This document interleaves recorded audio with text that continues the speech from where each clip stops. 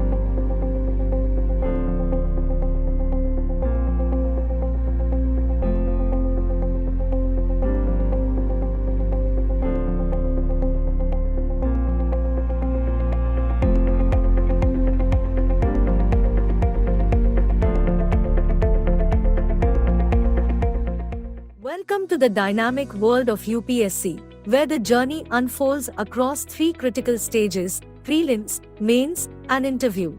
Each stage demands a deep understanding of current affairs, shaping the nature of questions, from factual, analytical to opinion-based questions. As we delve deeper into the UPSC's diverse syllabus, a major hurdle aspirants face is keeping pace with the evolving nature of current affairs. This includes staying updated with changes such as policy shifts, geopolitical developments, environmental updates, and more.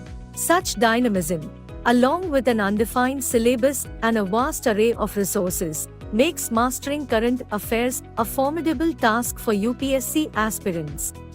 To navigate these complexities, we have introduced PT 365 to revise, analyze, and master one-year current affairs for Prelims 2024 in 60 hours. With its innovative design and structured approach, PT 365 simplifies your preparation.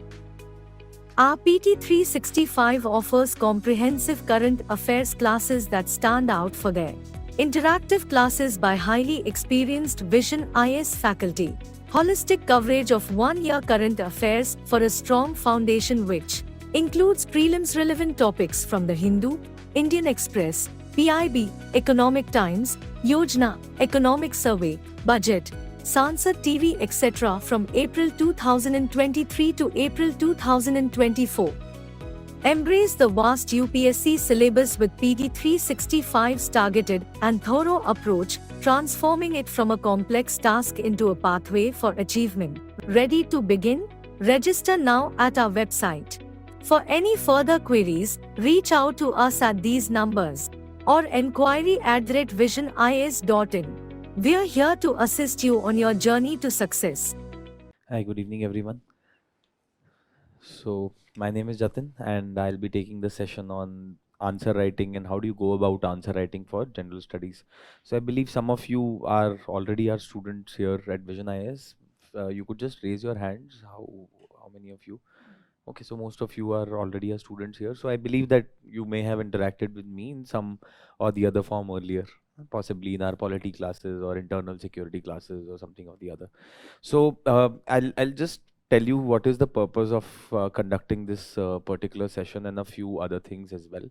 The reason we conduct this session every year for the students is because the biggest problem that students encounter in the examination process is that how do they improve their marks in the mains, and ultimately a large part of that is dependent upon how you do in the general studies. And one thing that we have seen is that even though students put in a lot of effort, they work really hard to gather all the knowledge, read all the books that have been prescribed by the toppers, or possibly go through all the notes that have been provided at the coaching institute as well. But unfortunately, the results do not come out to be as expected for them. And that is why we conduct this particular session, so that we could possibly help some of you, those who are able to cross the barrier of prelims but do not really know how do you improve your on your answer writing. What are some of the things that actually constitute making a good answer? What is the expectation of the UPSC examiner? What are some of the aspects that you should incorporate in your answers which can help you fetch more marks? So that is why we conduct this session. And I personally believe that even though you may have no experience prior to appearing in this examination of writing anything close to what is expected in the examination, even though you people may be from engineering background, you may be from medicine background, it is very much possible for you to work on this particular skill, develop it, and also to a certain extent even master the way you write the answers in the examination. It's a process that requires a lot of investment of time. It's a process that requires a lot of perseverance from your end also, because initially it seems like a very uphill task, and I will discuss about those challenges and difficulties as well that a lot of candidates face while writing the answers.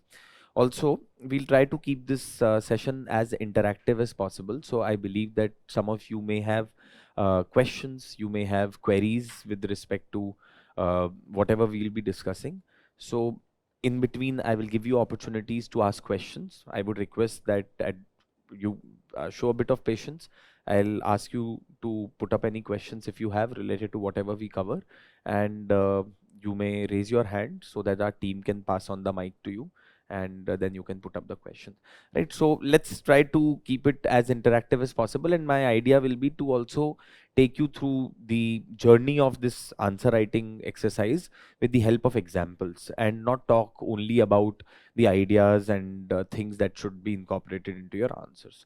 Now, to begin with, if I talk about answer writing in itself, so why is answer writing such an important skill? Why is it important for you people to develop it if you have to be successful in the examination? Now, we did some analysis in the last few days of the toppers and the marks that they have got in general studies, and also the number of tests that they have written as a part of the test series at Vision IAS. And the analysis that we came out with was that if you look at these particular numbers, these are the ranks of the candidates, those who were successful in the examination last year, and the number of tests that have been written. So you can see that barring possibly rank one was written 7 tests, and that's just for our institute. It's possible that a lot of time candidates or students end up joining multiple institutes as well for test series. So this of course doesn't mean that if rank 7 has written 15 tests, he or she has written only 15 tests uh, uh, overall, right? It may just be that 15 tests have been written only at Vision IAS. Maybe they may have written some other tests as well. So if you see the analysis, you would come across that almost everyone is writing around 15 to 20 tests. And this is only for the top 30 ranks, the analysis that we are providing to you. Even if you speak to those candidates, those who have done well in the examination, other than the top 30, top 50 as well, you will find that they would have written some of the other tests. And why is it important to why is it important to write tests? Why is it important to why is it important to improve on your answer writing skills? Now, one reason for that is, see, I mean, I can teach you as much theory as I want to, but ultimately, how you apply that in the examination is what is going to determine the success or failure in the examination. Very simply, say for example, if you were to learn to play the cover drive like Virat Kohli, you could possibly watch all the matches. You could watch his cover drive. You could maybe get a theory book as well on how to play the perfect cover drive. You could possibly get a theory book as well on how to play the perfect straight drive by Sachin Tendulkar. But unless you actually go and practice it on the ground, you will not be able to learn the same. And the same goes for the answer writing as well, right? Unless you actually go out and write the answers, you would not be able to improve on your answers. You would not be able to improve on your marks as well, right? So that is why answer writing becomes very important. And also statistically, as you can see, even though this is not a completely valid statistical exercise, but it does show that answer writing is such an important key, such an important part of preparation of the examination. I have often seen that students think that knowledge accumulation or reading more books is what is going to actually lead to success in the examination. So, for example, just a few days back, one of the candidates approached me. He had written 3 mains and he said that I'm very confused and I'm very much perplexed. How do I improve on my marks in the mains examination? I have done everything. You told me to read DD Basu. I've read DD Basu. I've gone through all your notes on polity. I have gone through all the notes of Smriti ma'am on society. I have gone through all the books that have been prescribed by the toppers for history. I have gone through all these courses that have been prescribed by different toppers for ethics. I have looked at their answer copies as well, and so many other things that I have done. And there is absolutely nothing which I have left in terms of making notes or revising all the content, but I'm still not able to figure out that what is going wrong for me in the examination, because of which I'm not able to do well. And then I sat down with him and then I started asking him that in over the course of 3 mains, what are the marks that he has got. I also tried to analyze with him that how many tests he had written. So interestingly, what I found was that he told me that he had written the maximum number of tests in his first attempt between the prelims and mains. And that is when he actually ended up getting maximum marks in mains in general studies as well. And then I showed him a trend, and because he was our student here at Vision, so I asked him to open up his portal. Tell me how many tests exactly has he written in the last 2 years for the general studies. And then he showed me that this year I wrote just 2 tests. Last year I had written 3 tests. But the first year he ended up writing 8 tests. In fact, first year he ended up getting an interview call as well. And second and third time, he was not able to even make it to the interview. And that is why he was even more concerned. That first time I was able to make it to the interview, and second and third time has been such a big problem for me. So ultimately, when I sat down with him, I realized, and I saw some of his answers as well. He showed me some of his answers which he had written while he was sitting at home. They were exceptional. The problem which I figured out with him was that he did not have the exam temperament. The problem which I figured out with him was that he was possibly writing way too slow, or he was spending a lot of time on some particular answers and not utilizing the same amount of time for the other answers. And as a result of that, even though maybe out of 20 he was writing 3 or 4 answers really well, the others were very average or below average. And that is what was setting him back. And perhaps he had started to think that gaining more and more knowledge, reading more and more books would automatically translate into success in this examination, which doesn't. I have a simple theory to prove that. If you see the list of toppers every year, because UPSC doesn't necessarily publish all the data, but one data point that I was able to get access to is that out of the top 30 ranks, top 25 ranks every year, on an average, 25% are first attempters. Now, how is it possible that the first attempters are able to get a top 25 rank, and then there are boys like this those who have prepared for 3-4 years, they have almost read every book under the sun which is required for the preparation of this examination. They have been covering current affairs thoroughly. His prelims marks were very high. He ended up getting 130 in the prelims according to our keys. So that's a really good score. So prelims was not a problem. His knowledge was not a problem. For that matter, his notes also, when I went through them, I found that his notes were much better than the notes of any of the toppers that I had ever seen, because he had compiled it really well. But the big problem was that he hadn't practiced enough of answer writing. And this year, I then pushed him consistently, and this is one of the students that I'm talking about, who was very sincere even during our classes. So I pushed him consistently to actually join the test series again and to write the tests in the environment in which they're supposed to be written. And my expectation is, and of course I would want my theory to be proven correct, my expectation is that he would do well in the examination this year. There have been numerous other candidates also whom we have guided in the past. There was another student who called me up 15 days before the examination. This is 3 years back. And he called me up 15 days before the examination and he asked me that, sir, I've done everything, but I don't really know what do I do at this point of time in the last 15 days. So I asked him that, have you written any tests? And he told me no.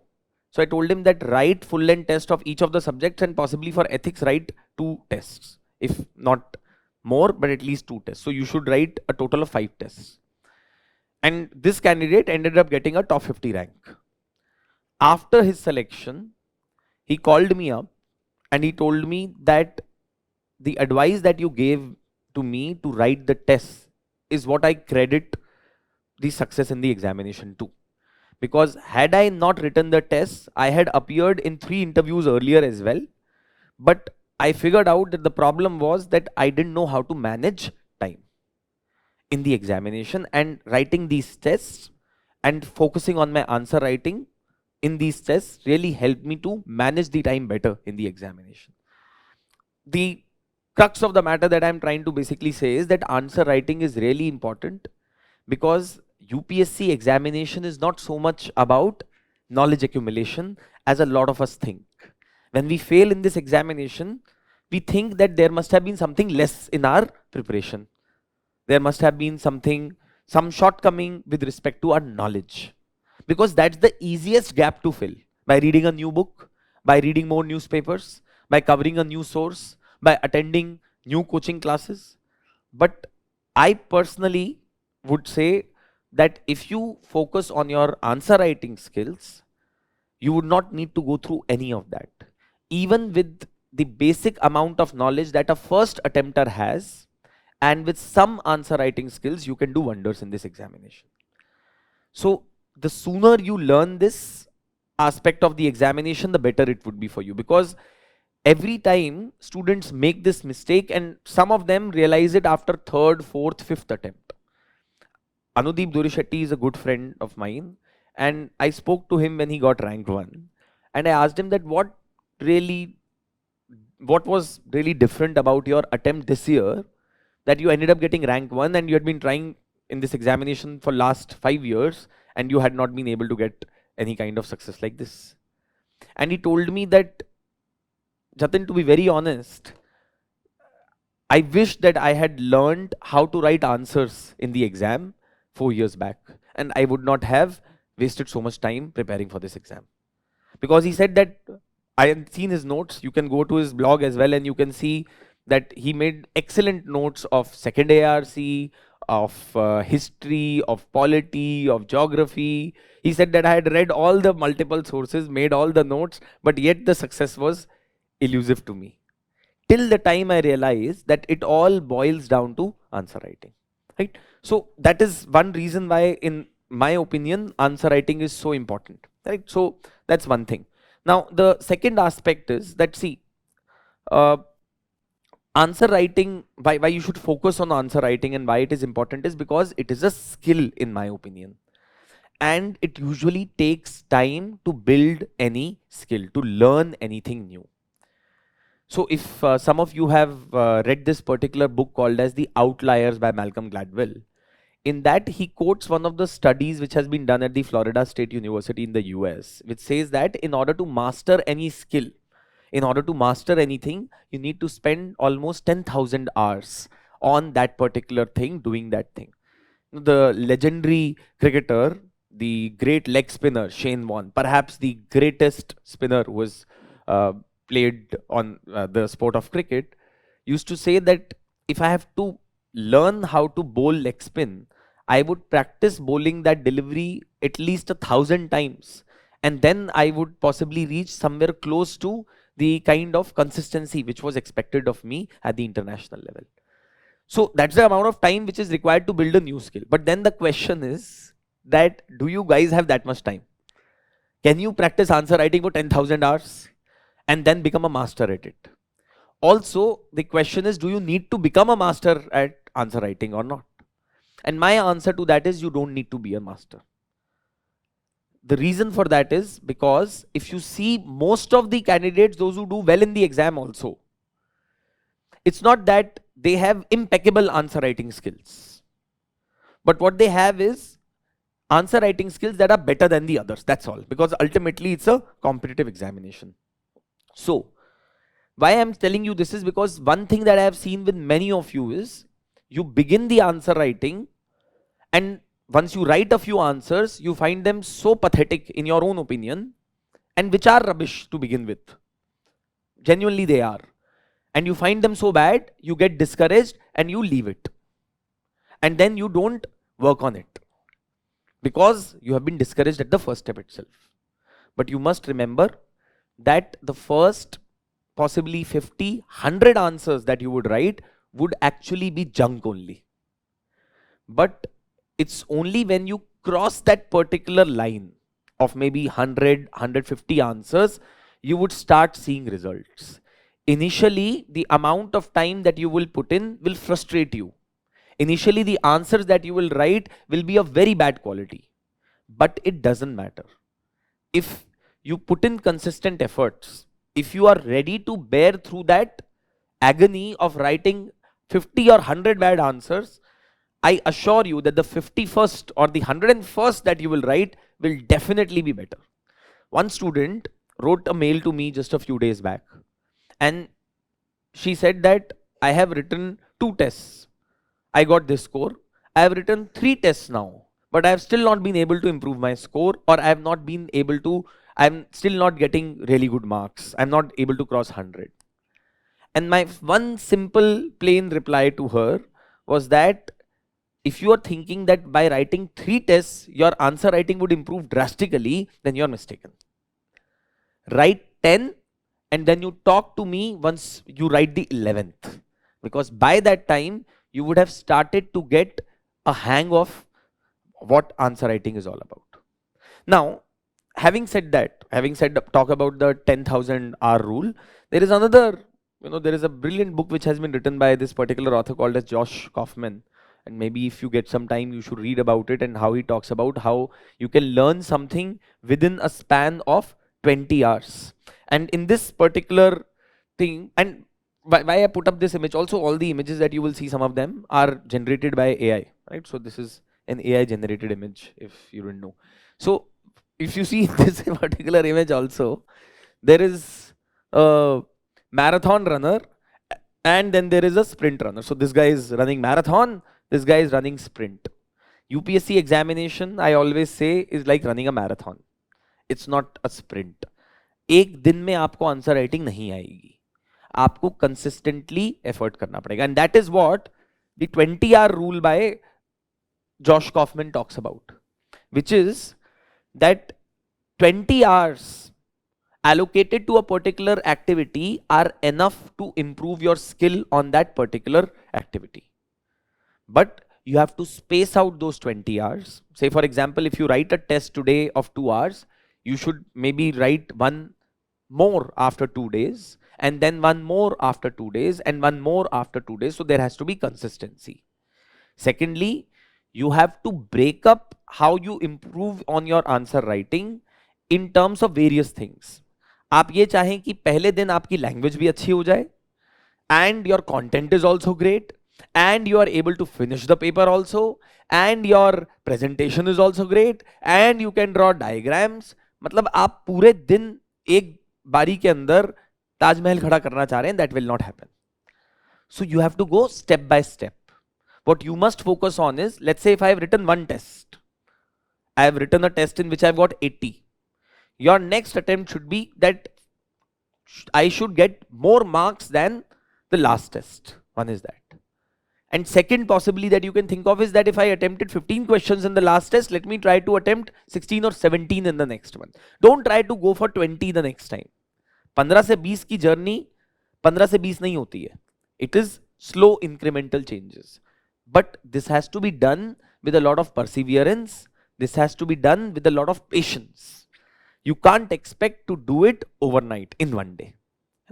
So this is also something that answer writing has to begin today for you, and I will tell you how you can begin with answer writing on your own right from day one, even if you have no clue about the syllabus, even if you have not covered the entire syllabus, even if you haven't covered any of the basic books properly, you can still begin answer writing. A lot of people tell me कि नहीं नहीं पहले एक basic content तो होना चाहिए answer writing के लिए. वो ठीक बात है, टेस्ट वगैरह लिखने के लिए होना चाहिए, but to learn answer writing and to begin to learn answer writing, you don't need anything. Just a newspaper is enough, and I will show that example to you today. Then the other thing which we also need to know about is that how do you consolidate and revise all that you have had read before the examination in that short span of time. आप इतनी सारी किताबें पढ़ेंगे, इतना सारा current affairs पढ़ेंगे, इतने सारे कोचिंग के नोट्स होंगे, सब कुछ होगा. How will you consolidate all of that information and knowledge before the examination? You possibly cannot. The best way to be able to consolidate, to be able to revise, is to write. When you write, you apply, you will remember. एक simple सा example देता हूं. Suppose कीजिए आप एक test लिखने गए and you are not able to recollect some facts. Try this out, I'm telling you. Or just take any question on any topic that you think you know about. Try to write the answer to that question. After that, हो सकता है कि उस question का बहुत अच्छे से answer ना लिख पाए. If you come back from the test, or if you are done solving that, writing the answer to that question, after that you open up your notes or you open up your book or whatever, looking for those exact things that you would have wanted to write in the answer. And then try to write the answer to that same question 10 days later or maybe 15 days later. And you will find that you would be able to remember all that information which you would have read after you had written the test or after you had written the answer when you had observed it. Why? Because your mind works in this manner. Because now your mind is looking for specific information and it will get embedded here. एक बार try करके देखिएगा ये exercise, because I at least have found it useful during my students' days. That when I was preparing for the exam, if I would not be able to write the answer to any particular question in the test that I would be writing, I would go back home, check the model answer, and then my mind would specifically scan from all the information only that information which I should have written in the test. And then a few days later, I realized that that information was more embedded in my mind than actually what I had written myself in the answer. So because our mind works in this manner, that if you give it only certain piece of information and certain context of what information has to be sought, you will find that your mind would be more focused and you will be able to remember things for longer. Right? So because of that also, so all the content simply cannot be revised, and only way to revise the content that you have for the examination in the best possible manner is to apply it and to write the answer. So this is as far as the usefulness of the answer writing is concerned. Now, let me quickly talk about a few aspects of answer writing. What all things should be there in your mind with respect to a good answer. This is no hard and fast set of principles. You can always make your own changes to it as well. We'll talk about this. Then I will also talk about how do you go about actually improving your answer writing. How do you go about trying to write answers on your own, and we'll take some examples as well. So let's quickly rush through this. First aspect is the presentation of the answer. See, when you meet someone for the first time, what's the first thing that comes to your notice about them? What's the first thing that comes to your notice about them? How they appear, their handwriting, you know. So all of this, abhi मैं बता दूंगा. So their handwriting, their appearance comes to your notice at that point of time. Same goes for the examiner as well. आपके answer में कितना भी अच्छा content हो, ultimately पहले आधे सेकंड के अंदर ही एग्जामिनर एक इंप्रेशन बना लेता है आपके आंसर के बारे में. If the answer is written in a very shabby manner, if it is all over the place but it has great content, there is a possibility that the examiner may still form a very negative impression of your answer, right? And first impression in this examination matters a lot. I'll tell you why. The reason for that is because that first impression is not going to drastically change your marks in the question, simply because that your content was good. तो अगर आपको 10 number का question है तो आपको 5 मिल जाएंगे या 4.5 मिल जाएंगे, but an answer that would have left a very good impression on the examiner the moment he would have seen the answer itself would mean that he would look at the entire answer in a very positive manner. You would have a positive predisposition towards that particular answer copy and towards those answers. And there is a chance that the examiner might be a bit lenient in that case and maybe award you how much more than the other candidate? Maybe half a mark. Yes, just a half a mark. So someone will say कि आधा number ही तो ज़्यादा मिलेगा. But then you see, in the context of the examination, if you can do that in, let's say, 20 questions, or maybe even in 10 questions, half a mark extra, how many marks does it mean? 5 to 10 marks, right? In context of 4 papers, how many marks does that mean? 20 to 40 marks. Now tell me, are 20 to 40 marks enough to make or break your attempt in the examination? Is the difference between a candidate who's getting into the IAS and who's getting into the IRS not 20 marks? Right? So ultimately it is all about those 20 to 40 marks only. And to be honest, it is not about that as well. It is just about half a mark. It is just about half a mark. It's just those inches in the examination that really make a difference. I'm sure some of you may have seen the 2019 Cricket World Cup, right? And also lived through the agony of being an Indian cricket fan, just like I also lived through it, when we believed that we could have won the semi-final against New Zealand, but we lost. What was the moment, according to many people, when we lost that match? When MS Dhoni got run out, because he was our last hope. And we were believing that even if in last over we have to score 20 runs, this man will do it for us. He has done it earlier and he will do it. Yes, he has done it so many times in the IPL, in the international cricket. But what was the margin by which he got run out? Possibly just a few centimeters. And that is what turned out to be the last game for him as well, when he was representing India at the T20 World Cup. Right? Maybe had it been for half an inch extra, we would have been champions.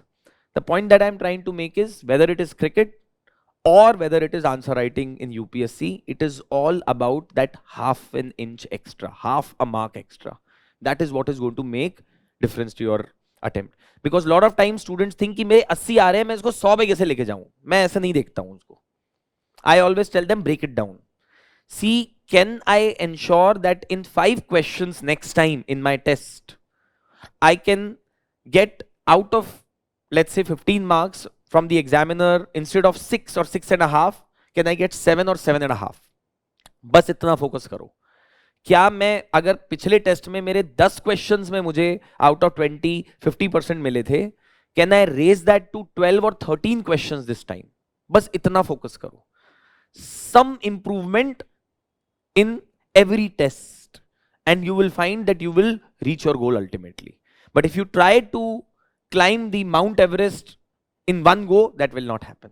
You have to take it step by step. So break down your targets into smaller targets, and that is why again answer writing becomes important, because वो आधा number जो है बड़ा important है. उसके लिए presentation is very crucial.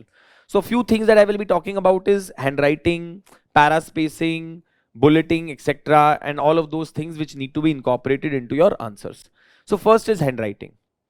I saw a few years back a board put up here in Rajendra Nagar which said that improve your handwriting and learn calligraphy to get more marks in GS.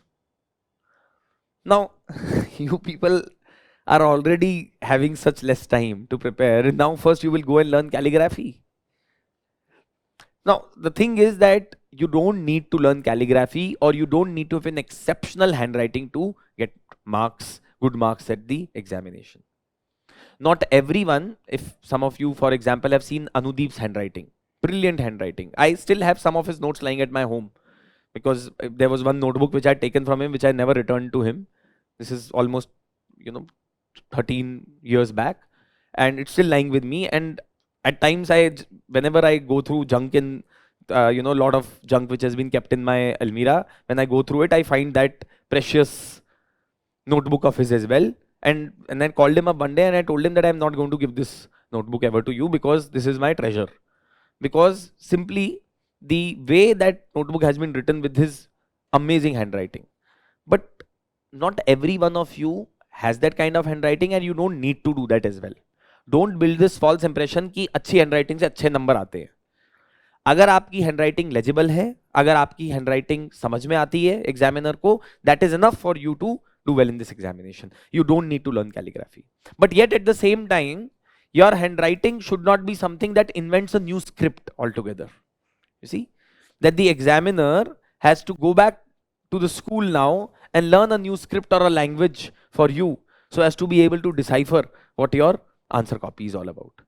So it should not be illegible, but as long as it is understandable to the examiner, it should be enough. For example, you see, this is a handwriting which may not be great. You see, there are problems with this handwriting in many ways. You may not find it the neatest or the best of the handwriting, but this is handwriting of one of the toppers. The point that I'm trying to make is that even this kind of handwriting works as long as it is legible, as long as you don't give pain to the examiner while he or she is going through your answer copies. So that is one. The second aspect is paraspacing. See, you must understand that the examiner is ultimately a human being. He or she is also having certain stressful conditions in his or her life. हो सकता है बीवी से झगड़ा हुआ है ना, बच्चे जो है बात नहीं सुनते हैं, बॉस जो है वो फटकारता है, सैलरी टाइम पे नहीं आती, ऐसी कुछ भी प्रॉब्लम हो सकती है ना. अब आप अपने आंसर से अगर उसको और स्ट्रेस देंगे तो that is not going to be good for you. So you have to make it easier for the examiner, easier for the eyes and the mind of the examiner also. Psychology says that even though आप अगर एकदम बिल्कुल ऊपर से लेके नीचे तक पूरा एक फुल आंसर लिख डालेंगे, say for example, if your answer sheet was something like this, if this was your answer sheet, और आपने जो है यहां से स्टार्ट किया और आपने पूरा आंसर जो है ऐसा लिख डाला, there is no problem with it, but there is a problem. The problem is that the examiner is not getting any breathing space while reading your answer. तो उसने यहां से चालू किया और उसको पूरा आंसर जो है एक ही बारी में पढ़ना पड़ेगा. But if you were to properly paraspace your answer, it would make it easier for the examiner one to have some breathing space in between while he is reading the answer, and less stress therefore. उसकी आंखों के लिए कम stress है, उसको बीच में कहीं पे एक आधा 2 सेकंड का ब्रेक मिल रहा है. वो कैसे होगा? So that could be done by, say for example, when you write your answers, you leave a bit of space vertically before you begin the next paragraph, and maybe leave a bit of space horizontally as well, and begin your next paragraph like this, and maybe then the next paragraph again Begins not from here, but from here. And then it begins from here. And then it begins from here, and so on and so forth. Now there is some breathing space for the examiner and for his or her mind. Second is that the examiner can also figure out if there are separate parts of the question in your answer addressed properly with the help of this paraspacing. For example, if there is a question where they have asked that what are the various provisions under the 101st Constitutional Amendment Act, identify its impact and the challenges associated with its implementation. So I hope all of you know about 101st Constitutional Amendment Act. Related to what? GST. So now you have to enlist the provisions related to the 101st Constitutional Amendment Act. What has been the impact? What are the challenges? Ideally, in your answer, you should have 3 separate parts of your answer. One way, of course, is that you could write down the subheadings. Impact of 101st, challenges associated, that is one. But उसमें भी अगर वो इस form में लिखा है, it will be very difficult for the examiner to really have a snapshot and understand that all the 3 parts have been answered. But if the paraspacing has been done properly, it becomes easier for the examiner. I'll just show you an example of the same, and maybe you can appreciate what I'm trying to say here. So, for example, this is a snapshot of the copies of the answers that was written by one of our classroom students only, which is Wasim Ahmed Bhatt, ranked 7 last year. And you see, he doesn't begin his answer from there. You see that? He leaves a bit of space and then begins the answer. Similarly, if you see of Siddharth Shukla, the answer copy of AIR 18 last year, there also the paragraph ended here, and then the next paragraph begins with a bit of distance. So paraspacing is important. Very simple thing. कोई बहुत rocket science नहीं है, but it can help in improving the way you are presenting your answer. Margins की ही बात है सब. Then the next is bulleting. So a lot of times students ask us कि bulleting कैसे की जाए. Should we be drawing, say for example, bullets like this, or should we be drawing bullets like this, or should we be drawing it like this, or should we be drawing it like this, or like this, or whatever. Choice is yours, right? Ideally, if you are bulleting, I would suggest use this or maybe use this. Why? Simple है, और दूसरा consistency ज्यादा रहेगी ऐसी बुलेटिंग के अंदर. इस वाली में क्या है कि एक एरो छोटा हो गया, दूसरा बड़ा हो गया, है ना, all of that kind of thing. Why to bring in that inconsistency in your answer?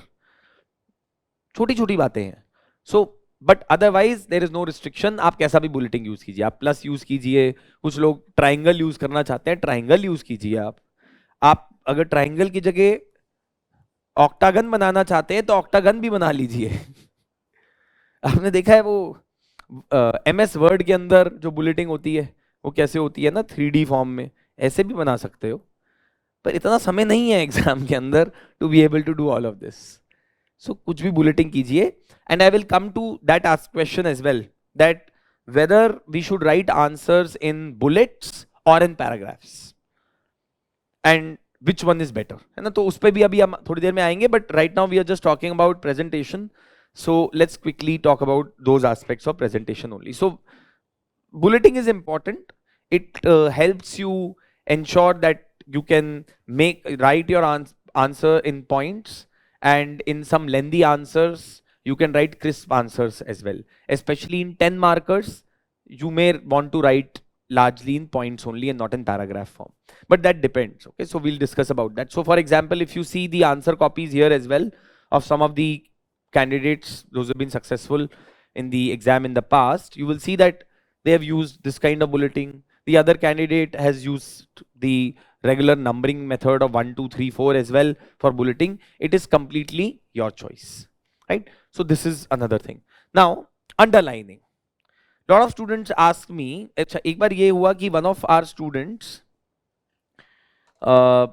उसके मार्क्स बड़े खराब आए मेंस के अंदर, और फिर उसने किसी टॉपर की कोई वीडियो या कुछ ऐसा देख लिया जहाँ पे टॉपर ने बोला था कि मैंने ऐसे ऐसे अपने आंसर्स लिखे थे, and then that student came to me and he said कि सर मुझे पता चल गया है कि मेरी सिलेक्शन क्यों नहीं हुआ इस बार, और मेरे को इंटरव्यू कॉल क्यों नहीं आई। तो मैंने बोला क्या रीज़न है?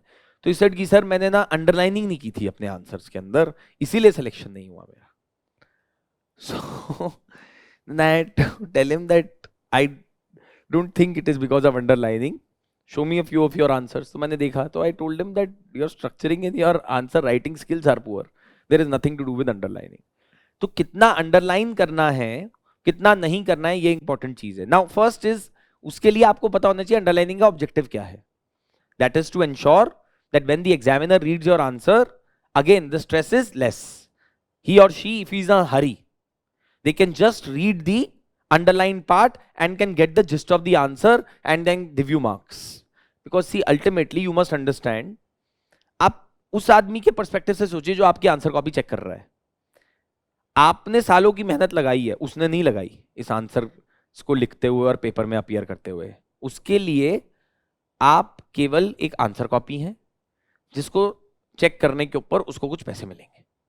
It's as simple as that, please understand that, है ना।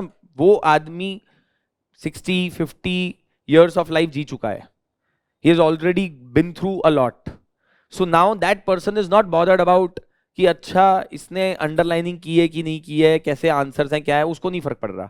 For that person all that matters is कि जल्दी से झटपट आंसर जितने मैं देख सकूं और उसके बाद दूसरी कॉपी में मूव करूं, कम stress.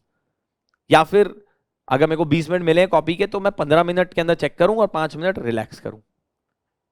All of us think like that only, right? So you have to make the work of the examiner easier, and that is why underlining comes in, and that's where underlining becomes important. So it's not that if you don't underline, then you will end up getting 0 marks in the exam. No? So that's not true. No. But then at the same time, how much of underlining is important? So for example, this is an answer copy, snapshot of an answer copy from one of our students in the past, again a topper. And here, if you just read the underlined part, you will be able to understand what the gist of the answer is.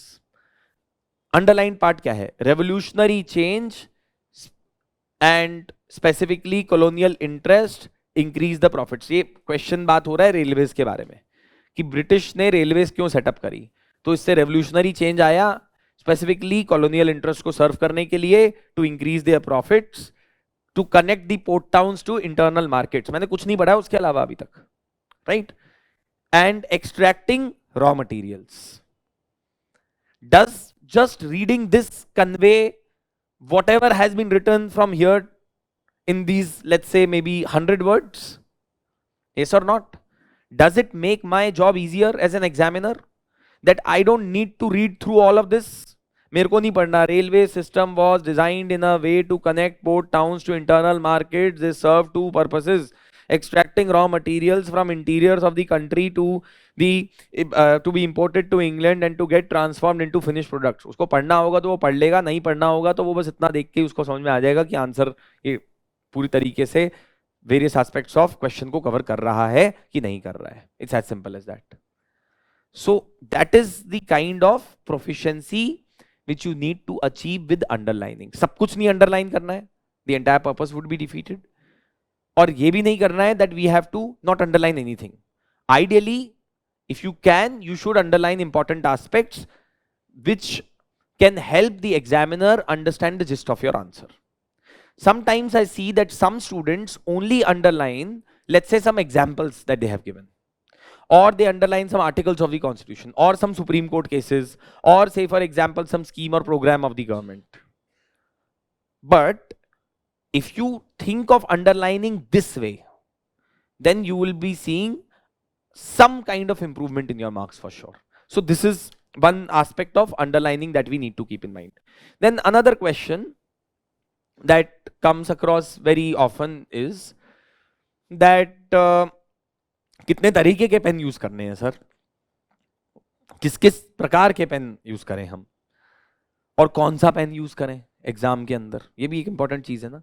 So I always suggest that you should ideally use either a gel pen और a ball pen, not ink pen and all any of those things. Ideally I think ball pen is the best. Reason for that is because whatever be the case, अगर कुछ पसीना टपकता है, पानी गिरता है, कुछ भी होता है, ball pen would largely remain to be the same. But ink अगर उसमें कोई बहुत सारे जेल पेन्स के अंदर भी ऐसा होता है that when water falls on it, it spreads, so it becomes a problem. So ideally use that. Which pen to use, you figure it out. You will have to experiment, guys. Right? Take out 2-3 pens, see which pen is more comfortable to you in terms of writing, which pen is able to give you more speed as well. Right? I'll roller ball pen is also good, है ना? So, but my point is कि ink pen मत use करना, कि वहां पे कलम और स्याही लेके गए हुए हैं, फिर उसको भर रहे हैं वहां पे. मैंने देखा है कई बार कैंडिडेट्स को ये करते हुए, एग्जाम हॉल में मैंने देखा. तो मैं यही सोच रहा था कि ये कैसे करे, मतलब समय नहीं होता है ना एग्जाम में ये सब करने का. So you figure out which pen works for the best for you in terms of speed and all of those things, comfort, and also writing, handwriting as well. See, I'll be very honest, and I don't know whether you have felt that or not.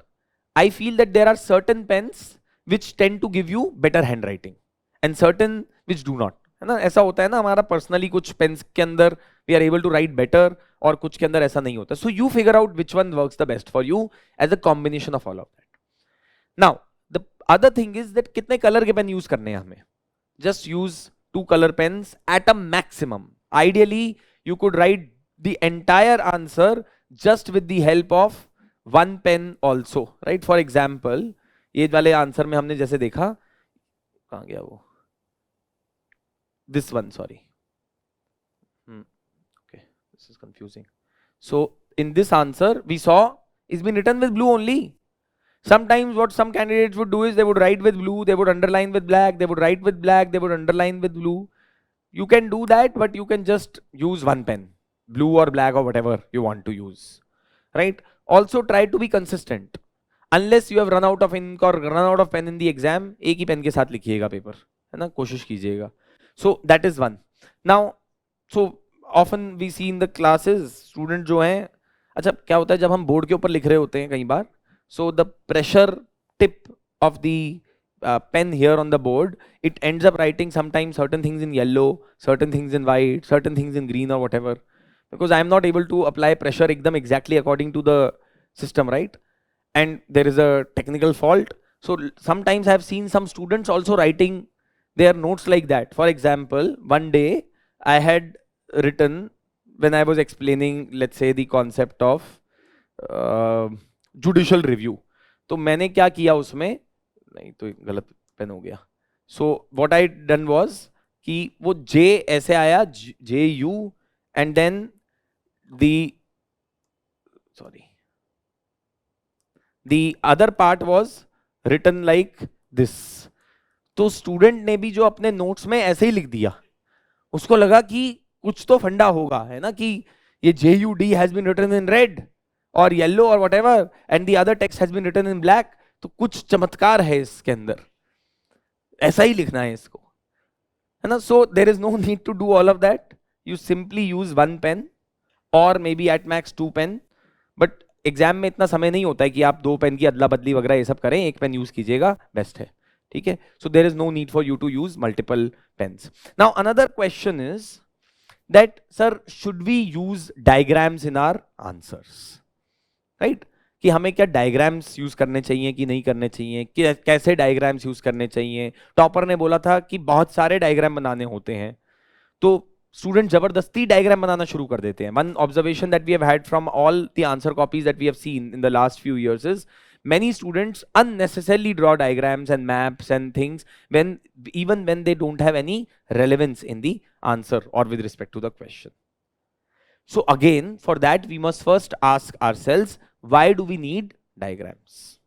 What is the need for us to have diagrams in the answers? To explain a particular concept in a better manner. Yes, what else? To minimize time. अभी मैं questions के लिए बता दूंगा, अभी रुक जाओ, कोई नहीं. हाँ, to minimize time. Okay, what else?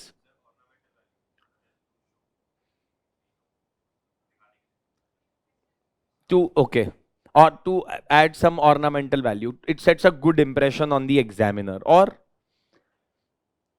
Short मतलब to reduce the text of your answer, है ना. अब ये बताइए मैम, आपने बोला गुड इंप्रेशन, क्या एक सपोज कीजिएगा question has been asked about the evolution of constitution of India through the judgments of the Supreme Court of India, और उसमें आपने एक इंडिया का मैप बना दिया एंड लेट्स से आपने बता दिया कि यहाँ पे इतना गेहूं उगता है और यहाँ पे इतना बाजरा उगता है, would that be relevant? Would that set a good impression on the examiner? No, right? So actually, yes, it does give a good impression to the examiner, but to be very honest, the main purpose of drawing diagrams is to make it easier for you to communicate something in lesser number of words. A picture can speak 1,000 words, we say, no? So you can explain some really complicated concepts with the help of diagrams better, and I will show you how. One. Secondly, diagrams can also help you to reduce the text of your answer, as our friend here suggested. Third is, and a very simple thing, it breaks the monotony for the examiner. Same thing again. It makes it easier for the examiner to relax a bit in between, apart from all the text that person has been seeing. And it most importantly helps you save time in the examination if you are able to explain a complicated concept with the help of a diagram. That is all what the diagram does. या किसी एक complicated concept को बहुत अच्छे या better तरीके, ज़्यादा effective तरीके से आप एक diagram के through बता सकते हैं. तो diagram बनाना necessity नहीं है, वो तब बनाएं जब वो आपका समय सेव करे. You make it when it helps you in reducing the number of words in your answer. You make it when you think that it is actually helping you explain something better. Don't force fit a diagram, because I have seen that as a trend now in the candidates, and believe me, it doesn't work. You're only wasting your time. Also, it may happen that the examiner may get irritated that why is this person making so many diagrams when it is not even required. इसको किसी ने क्या बोल दिया diagram बनाने के लिए, बस हर आंसर में इसने diagram बना दिए. Don't overdo it is what my point is. Know what is the significance or the reason behind drawing the diagrams. So having said that, importance of diagrams, it helps enhance your answer quality, makes it more explainable, helps you save time. Right? You can express more with the diagram as you would have done with the words. It helps break monotony for the examiner and making it a less stress exercise for him or her to check your answers. Helps explain difficult concepts and also provides summary of certain information in the answers also at times. So, important do's and don'ts for the diagrams first to begin with, and then I'll show you some of the diagrams as well, how they help. So diagrams should be neat and suitably sized. You should not draw diagrams over the entire answer sheet. पूरी एक answer sheet के ऊपर जो है हमने India का map बना डाला है ना, मतलब जो भी कुछ एक्सप्लेन करने के लिए पूरे आंसर शीट पे इंडिया का मैप ही बना डाला एक पेज के ऊपर. It has to be suitably sized. That is one. It has to be neat also. What does that mean? That you must practice drawing diagrams before going into the examination hall. अगर आपने practice नहीं किया मत बनाइएगा वहां पर, just because you have to do it. Practice few diagrams and practice them so much that you can make them in the examination without any kind of cutting and without any kind of inhibitions. That is one. Right? So पहली चीज तो वो हो गई. Second thing is that whenever you draw, so practice diagrams beforehand, label your diagrams properly. This also I have seen a lot of times in some candidates' answer copies. Say for example, they have drawn a map of India like this, you know, and in that map of India, I'm drawing, I not been drawing map of India for a long time, but anyway, let's say roughly this is the map of India. Some people may say northeast काट दिया, but anyway वो मेरे पास जगह नहीं थी इसलिए उसमें मैं नहीं बना पाया. So don't think that I am not considering northeast as part of India. So now let's say this is the diagram that I have drawn, and in this I have done this, and let's say this, or maybe this, और फिर मैंने यहाँ पे एक कुछ और बना दिया, एंड मैंने ये डायग्राम बना के ऐसे छोड़ दिया. अब एग्जामिनर गेस करता रहे कि what this diagram is all about, what this map is all about. Is this places in India where people eat meat? Is this places in India that receive the highest amount of sunlight? Is this places in India where the fish consumption is the highest? I don't know. Examiner can take a guess on anything. So I'll come to you. So the point that we need to understand is that diagrams have to be labeled. आपने NCERTs पढ़ी होंगी, कोई भी book पढ़ी होगी, labelled होता है ना डायग्राम, तो उसकी लेबलिंग पहले सबसे इंपॉर्टेंट है. So for that firstly you should mention what your diagram is all about. So say for example if this is a diagram about areas, let's say for example that are affected by Naxalism, then you should mention areas affected by Naxal violence below the diagram, above the diagram, wherever, but you must mention what this diagram is about. One. Ideally, you could also do one thing. Let's say you're talking about areas affected by Naxalism. You must mention figure 1 or figure 2 or nothing. So just figure areas affected by Naxalism or figure A, etc. उससे क्या होगा? You can use that reference in your answer as well. As depicted in figure A, a large part of India's territory is affected by Naxalism or was affected by Naxalism in 2000s, and today this area has come down as seen in figure B, है ना? So that references that you can give, तो you can use that, but at least basic labeling diagram की होनी चाहिए. figure A, figure B ना लिखें तो भी चलेगा, but basic labeling होनी जरूरी है. That is one.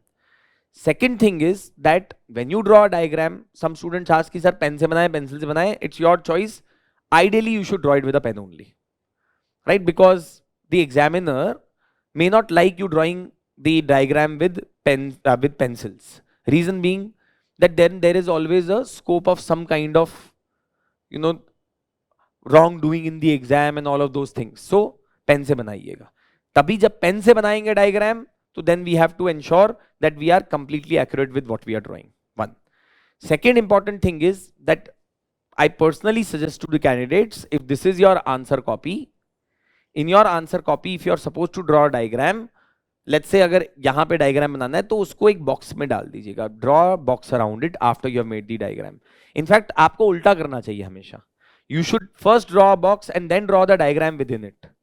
But उसमें कई बार क्या होता है कि what if मैंने scaling ठीक से नहीं करी, तो मेरा फिर diagram जो है box के बाहर निकल जाएगा. तो if you have practiced a lot, first draw the box and then the diagram. Otherwise, draw the diagram and then draw a box around it.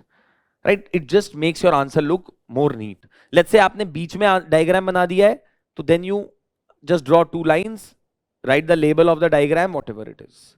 And whatever legends that you are using in your diagrams, है ना, जैसे कि this is, let's say, Naxal affected area, or this is coal bearing region of India. This is where we find the, let's say, some rocks, है ना, Gondwana rocks. I'm just giving an example, ऐसे ही बोल रहा हूँ बस मैं. So you should then in that case either label it here, or you should make a legend like how we find in NCERTs, etc., where it will make it like this, that these are the coal producing regions. Make it like this. आपको ना फिर यहाँ पे neat हो जाएगा आपका diagram बहुत. And then you can make it like this and you can say that this is the iron producing region of India, whatever it is. Right? So that is one thing that we need to keep in mind as far as the diagrams are concerned. Also just a couple of things, which is that use the appropriate stationery and draw the diagrams in the box and label them properly, right? So this is one thing that we need to do. Yes, someone had a question, so you can pass the, एक minute रुक जाओ, वो mic दे देंगे तो मैं हाथ खड़ा कर दो. ऐसे बीच में तुम क्वेश्चन पूछोगे तो कैसे होगा? अब दे दो उनको माइक. सर जैसे मेरा एक आंसर था, मतलब डायग्राम्स नहीं, मतलब इन्फोग्राफिक्स का पूछ रहा था कि मैं कई बार सर जबरदस्ती इन्फोग्राफिक्स बना देता हूँ, मतलब स्पेशली अगर माइंड मैप है. लेट्स सपोज सर आपका ही क्वेश्चन, इन्फोग्राफिक्स मतलब इन्फोग्राफिक्स यानी कोई माइंड मैप बना दूं या फिर कोई एक फ्लो चार्ट बना दूं. जैसे सर क्या बोलते हैं, मैं एक ऐसे दिखा देता हूँ. आपका एक दिया हुआ बता दो क्वेश्चन मुझे. था, आपका एक दिया हुआ क्वेश्चन था कि मतलब कौन कौन से प्रोविजंस हैं जो जुडिशियल इंडिपेंडेंस मतलब इंश्योर करते हैं. तो मतलब कहते हैं जैसे कि माइंड मैप बन गया, तो उसमें मैंने कहते सकते हैं ऐसे हाँ करके नहीं मैं दिखा दिया समझ गया, प्रोविजंस दिखाओ ऐसे मत करके, ऐसे ही और बता फिर दो। उसके बाद मैंने फिर उसको रिपीट किया था हम्म कि जैसे मतलब इन्फोग्राफिक्स में बना दिया प्रोविजंस, फिर उसका टेन्योर सिक्योरिटी, फिर उसको रिपीट करके आगे एक्सप्लेन किया था कि टेन्योर सिक्योरिटी कैसे। तो सर कुछ टीचर्स बोलते हैं कि तुम रिपीट कर रहे हो तो तुम मतलब स्पेस खा रहे हो, तो इसकी जरूरत नहीं है Of क्योंकि ये चीज course, तुम बात लिख if रहे you're हो। repeating it, then what's the point of drawing the diagram? लेकिन sir If you're summarise repeating हो with, जाता है हाँ ना, इससे, समराइज हो जाता है ना फिर, लेकिन अरे पर जब तुमने उसको ऑलरेडी लिख दिया है वहां पर, तो तुम अपना समय क्यों खराब कर रहे हो उस डायग्राम को बनाने में? नहीं, एग्जाम में कितना समय है तुम्हारे पास? बहुत समय है नहीं ना सर। हमें कोशिश ये करनी है कि डायग्राम में कुछ अलग इंफॉर्मेशन हो तो अलग बात है, या डायग्राम से कुछ अलग निकल के कुछ हम कॉम्प्लिकेटेड चीज को सिंपल एक्सप्लेन कर रहे हैं तो अलग बात है। पर अगर हम डायग्राम से वही चीज रिपीट कर दे जो हमने लिखा हुआ है, और स्पेशली वो भी ऐसे किसी फ्लो चार्ट वगैरह से, don't you think it's a waste of time? है ना? सो तभी मैंने बोला कि पहले ऑब्जेक्टिव जानिए डायग्राम बनाने। सिर्फ डायग्राम हमें इसलिए नहीं बनाना है क्योंकि डायग्राम बनाना से मार्क्स ज्यादा मिलते हैं, है ना? नहीं मिलते मार्क्स ज्यादा डायग्राम बनाने से। इफ, और ये एग्जैक्ट, अच्छा है आपने ये सवाल पूछा, this is an exact example of diagrams that we have to avoid, where we are simply repeating what we have already stated. You are saying that it will help summarize, but the point is that अगर आपके पास content कम है, जो कि नहीं होगा, है ना, ये तो you must have realised, content कम कभी नहीं होता। प्रॉब्लम वहां पे एग्जाम में होती है क्या लिखें क्या ना लिखें। इनफैक्ट ज्यादा प्रॉब्लम ये है कि मतलब क्या नहीं लिखना है। It is not ever a problem of क्या लिखना है। So therefore you have to be very smart about it, that I don't unnecessarily write redundant information. ठीक है? Any questions anyone has still here on presentation aspects? Can we move further? Okay. Now let's quickly discuss a few other aspects as well.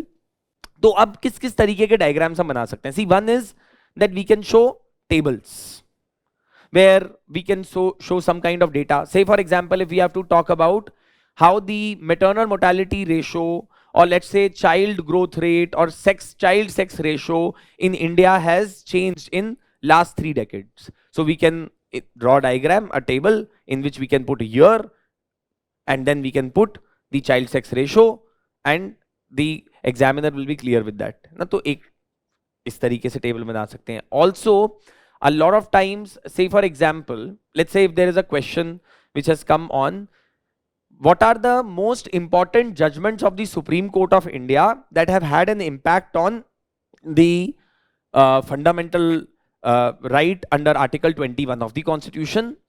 Discuss the implication of these judgments and the views of the Supreme Court of India. Also, the question says that discuss how the interpretation of Article 21 has changed from A.K. Gopalan to Maneka Gandhi case. ये UPSC ने सवाल पूछा है. अब इसमें आपको let's say 5-6 judgements लिखनी है. आप सारी तो नहीं लिख सकते, 21 से रिलेटेड तो हजारों जजमेंट्स हैं. But what you can do is that you can draw a table, you can write 4-5 important cases in that. Say for example you can write about Vishakha versus State of Rajasthan. Say for example you can talk about MC Mehta versus Union of India, right? और say for example you could talk about Olga Tellis versus Bombay Municipal Corporation, right? And then you write down that how Article 21 has been expanded in the other column. So tables can be a very tabular representation, can be a very good way of writing down something in just a tabular form to make it look impressive to the examiner, or to make it, to break that monotony for the examiner. Tabular का usually यही objective रहता है. नहीं तो आप वो tabular data ऐसे भी लिख सकते थे, but just that tabular makes it more impressionable. Tabular makes it help to break that monotony for the examiner as well. That's all, right? So that is one. Second is you can use the flowcharts as well. What could be the perspective or the objective of drawing flowcharts in the answers? One is that it can show some process. So to show some process, right? So the idea would be essentially that if you have to, let's say for example, show how the rising fiscal deficit impacts inflation.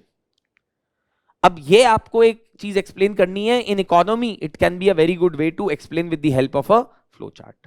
Or say for example, you have to show that how poverty leads to problems such as insurgency, Naxalism, extremism.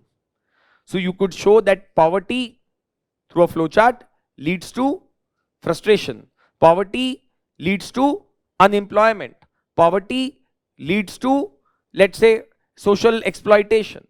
It leads to illiteracy.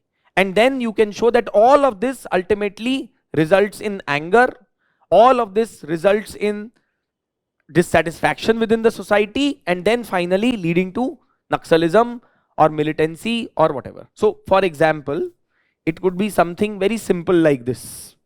Again, just an example. It could be very simple like this, that poverty is leading to various sub effects. Okay, so you could draw, it is leading to unemployment, it is leading to illiteracy,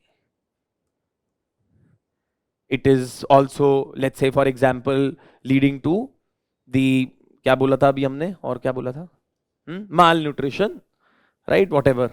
And then you say that all of this leads to extremism, and then you say various forms of extremism could be militancy, insurgency, etc. तो इस तरीके का एक diagram आप बना सकते हैं. They could be very useful in explaining some kind of a historical or a chronological order as well. Say for example, if you have to explain the increasing role of women in the Indian freedom struggle from 1800 to 1900. अब देखिए, अब आप इसको सबको explain करेंगे detail में कि 19th century में ऐसा हुआ, 19th to 20th century, sorry.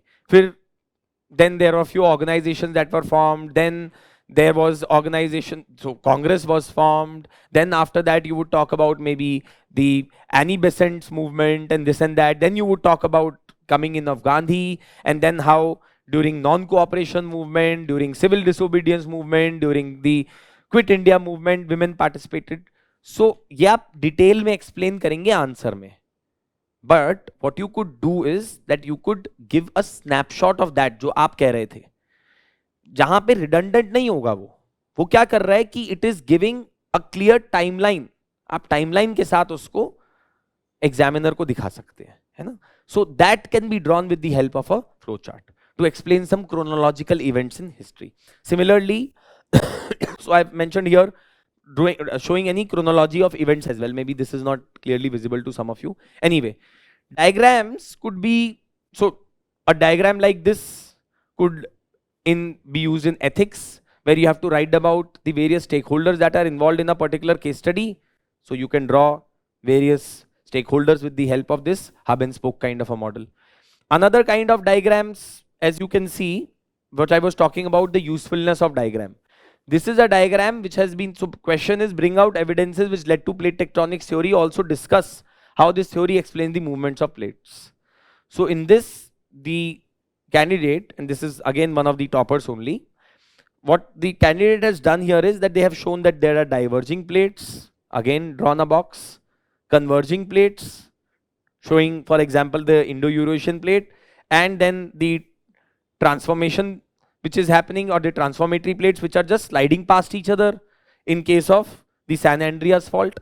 And this has been explained very easily, complicated concept with the help of a diagram. वरना क्या होता, इसके अंदर आप लिखते as it has happened in case of the Indo-Eurasian plate with the colliding of the two plates which led to the emergence of the Himalayas, both the plates moving in different directions. ये सब पूरी कहानी लिखते, आपको ये सब कुछ लिखने की जरूरत नहीं है. क्यों? क्योंकि आपने दिखा दिया है कि ये दोनों प्लेट्स डिफरेंट डायरेक्शंस में मूव कर रही हैं. आपने उसका एग्जाम्पल भी दे दिया और आपने यहाँ पे एडिशनल इंफॉर्मेशन दी है दैट डाइवर्जिंग और कंस्ट्रक्टिव प्लेट्स इन नेचर और कन्वर्जिंग और डिस्ट्रक्टिव इन नेचर. और यहाँ पे क्या किया है आपने? You have just told that these two plates move towards each other. Example also that you have given here. Another question is, give a brief account of distribution of cotton textile industry in India and what are the factors because of which it is largely the Ahmedabad, Mumbai, Pune region which has ended up becoming the hub of the cotton textile industry in this country. So here again what the candidate has done is that there is a map, a rough map of India which has been drawn, in which they have shown, again labeling has been done properly, right? So they have shown that these are the cotton growing belts of India and how the cotton is exported from here to different parts of the country, and there are now decentralization also of the cotton textile industry which has happened, but the original place was this, and then whatever details have to be explained have been explained in the answer. Then also pie charts, you can show, you can draw pie charts also in your answers. Pie charts सब समझते हैं. Pie charts can be used to show different parts as a proportion of whole. Say for example, if you have to talk about that how, अगर आप informal economy की बात कर रहे हैं, तो आपने वहां पे एक छोटा सा diagram बना दिया. That instead of writing it in the answer, you could be just talking about that, as we can see from figure A, there is a huge proportion of the population that is involved in the informal economy in India. और उस pie chart में क्या होगा? 85% roughly आप दिखा देंगे is informal economy, 15% in formal economy. बस इतना ही. What purpose does it serve? It helps you again break the monotony for the examiner. It helps you express something in a diagram kind of a form as well. वो भी एक objective serve हो गया. But yet at the same time you are not repeating information, right? तो एक statistic को भी आप सिंपल तरीके से पाई चार्ट के थ्रू दिखा सकते हैं, बट ये आपको पहले से सोच के जाना पड़ेगा. In economics it is very useful. So what you must go and do is that when you open up your notes, when you open up your books, तो जब आप कोई कॉन्सेप्ट पढ़ रहे हैं तो आप उसी समय सोचिएगा that what are the diagrams that I can make related to this. क्या यहाँ पे कहीं स्कोप है? और एक अलग से नोटबुक बना लीजिए, या जो आपके नोट्स हैं उसी में you have extra pages slid in with respect to that these are the kind of diagrams that I can use. So when you are revising your notes before the test or before the exam, what will you do? You will go through those diagrams as well. Then what will happen? Exam के अंदर you will instantly remember कि अच्छा हाँ ये वाला diagram मैंने सोचा था कि ऐसा मैं बना सकता हूँ या बना सकती हूँ, and you will copy that in the exam. But ये पहले से prepare करके जाना होगा, exam में नहीं होती है exercise. तो जब आप अपने नोट्स पढ़ें, किताबें पढ़ें, रिवाइज करें, उसी समय ये एक लिस्ट बना के रख लीजिए, pie charts, figures, flow charts, और वहीं पे अपने नोट्स के साथ साथ you should have some diagrams ready, so that before the test or before the exam, when you're reading your notes, you go through those diagrams also, right? Then you could draw figures as well, as we have seen just in geography. It's very useful in geography. Art and culture also. If you have to explain the Visara style of the architecture, if you have to explain the Nagara style of the temple architecture, so again you can explain it with the help of diagrams. Culture, art and culture के अंदर बहुत ज़्यादा significance है.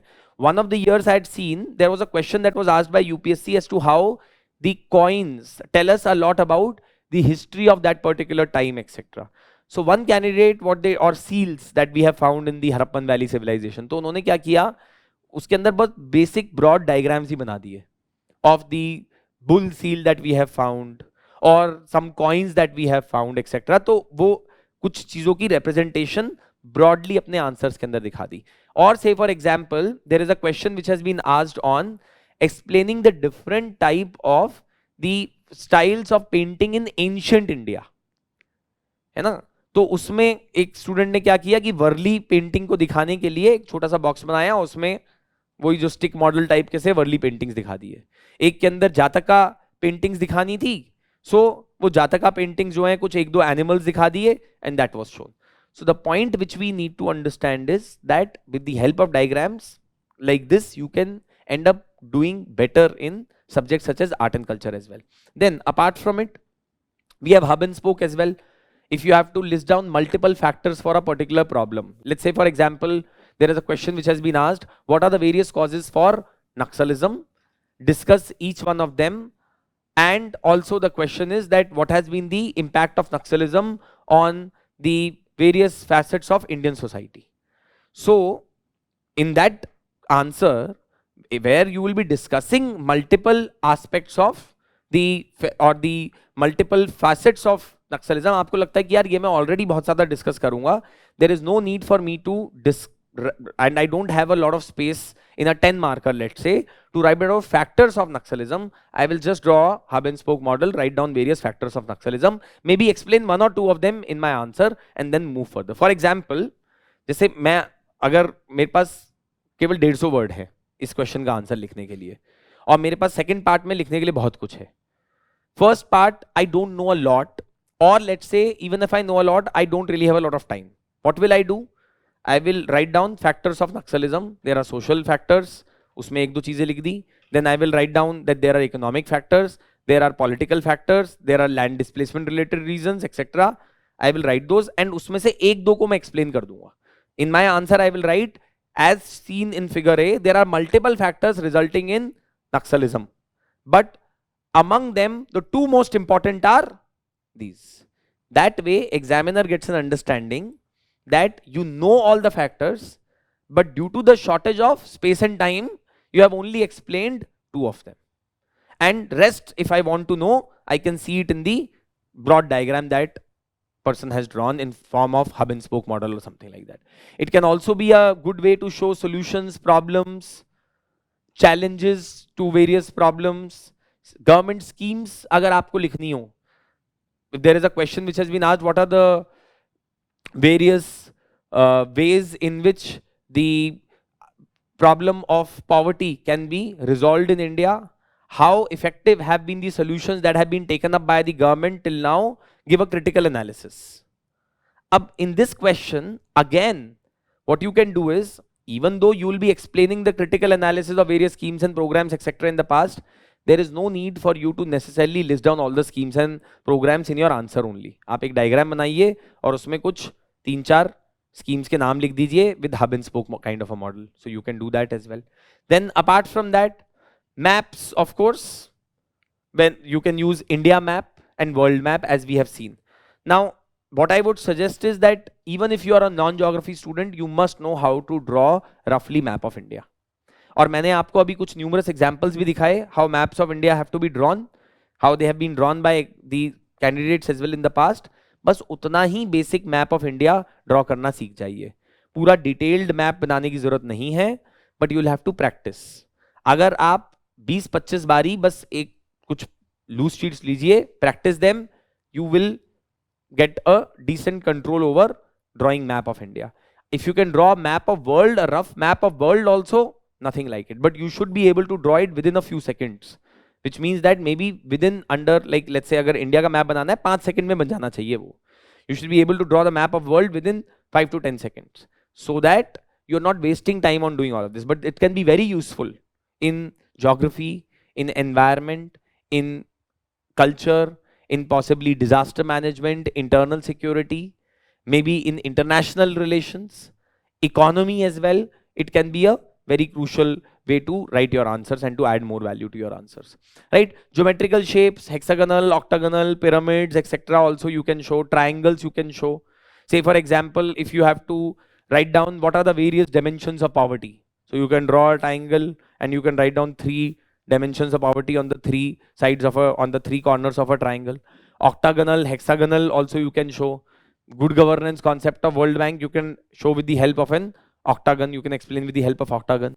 Cyclical concepts, if you have to, let's say, talk about that how poverty leads to extremism and extremism leads to poverty, so you can do that with the help of a cyclical kind of a diagram as well, right? So those are some of the things. And then Venn diagram as well. This can be very useful in ethics. Let's say there are multiple values that are clashing. So for example, I can show that there is a ethical dilemma which I am facing, where there is value 1 and there is value 2. I will show that this solution will promote value 2. This solution will promote value 1.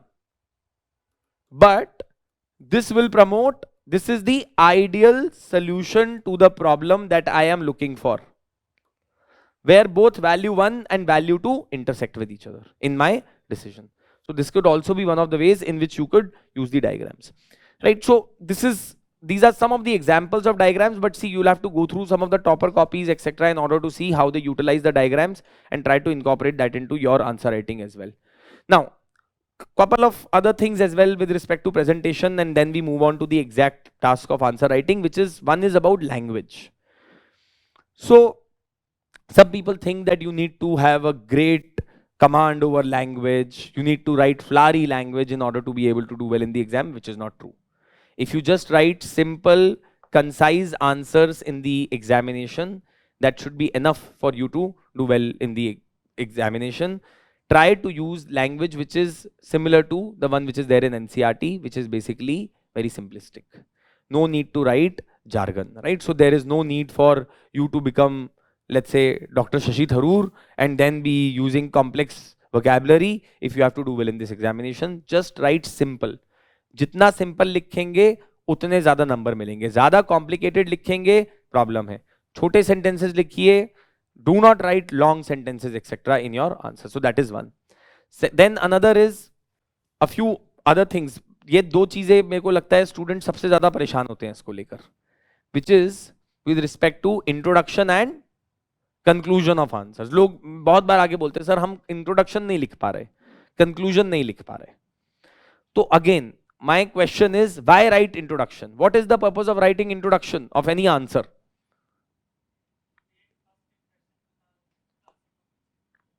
ठीक है, gives first impression to the answer copy checker. और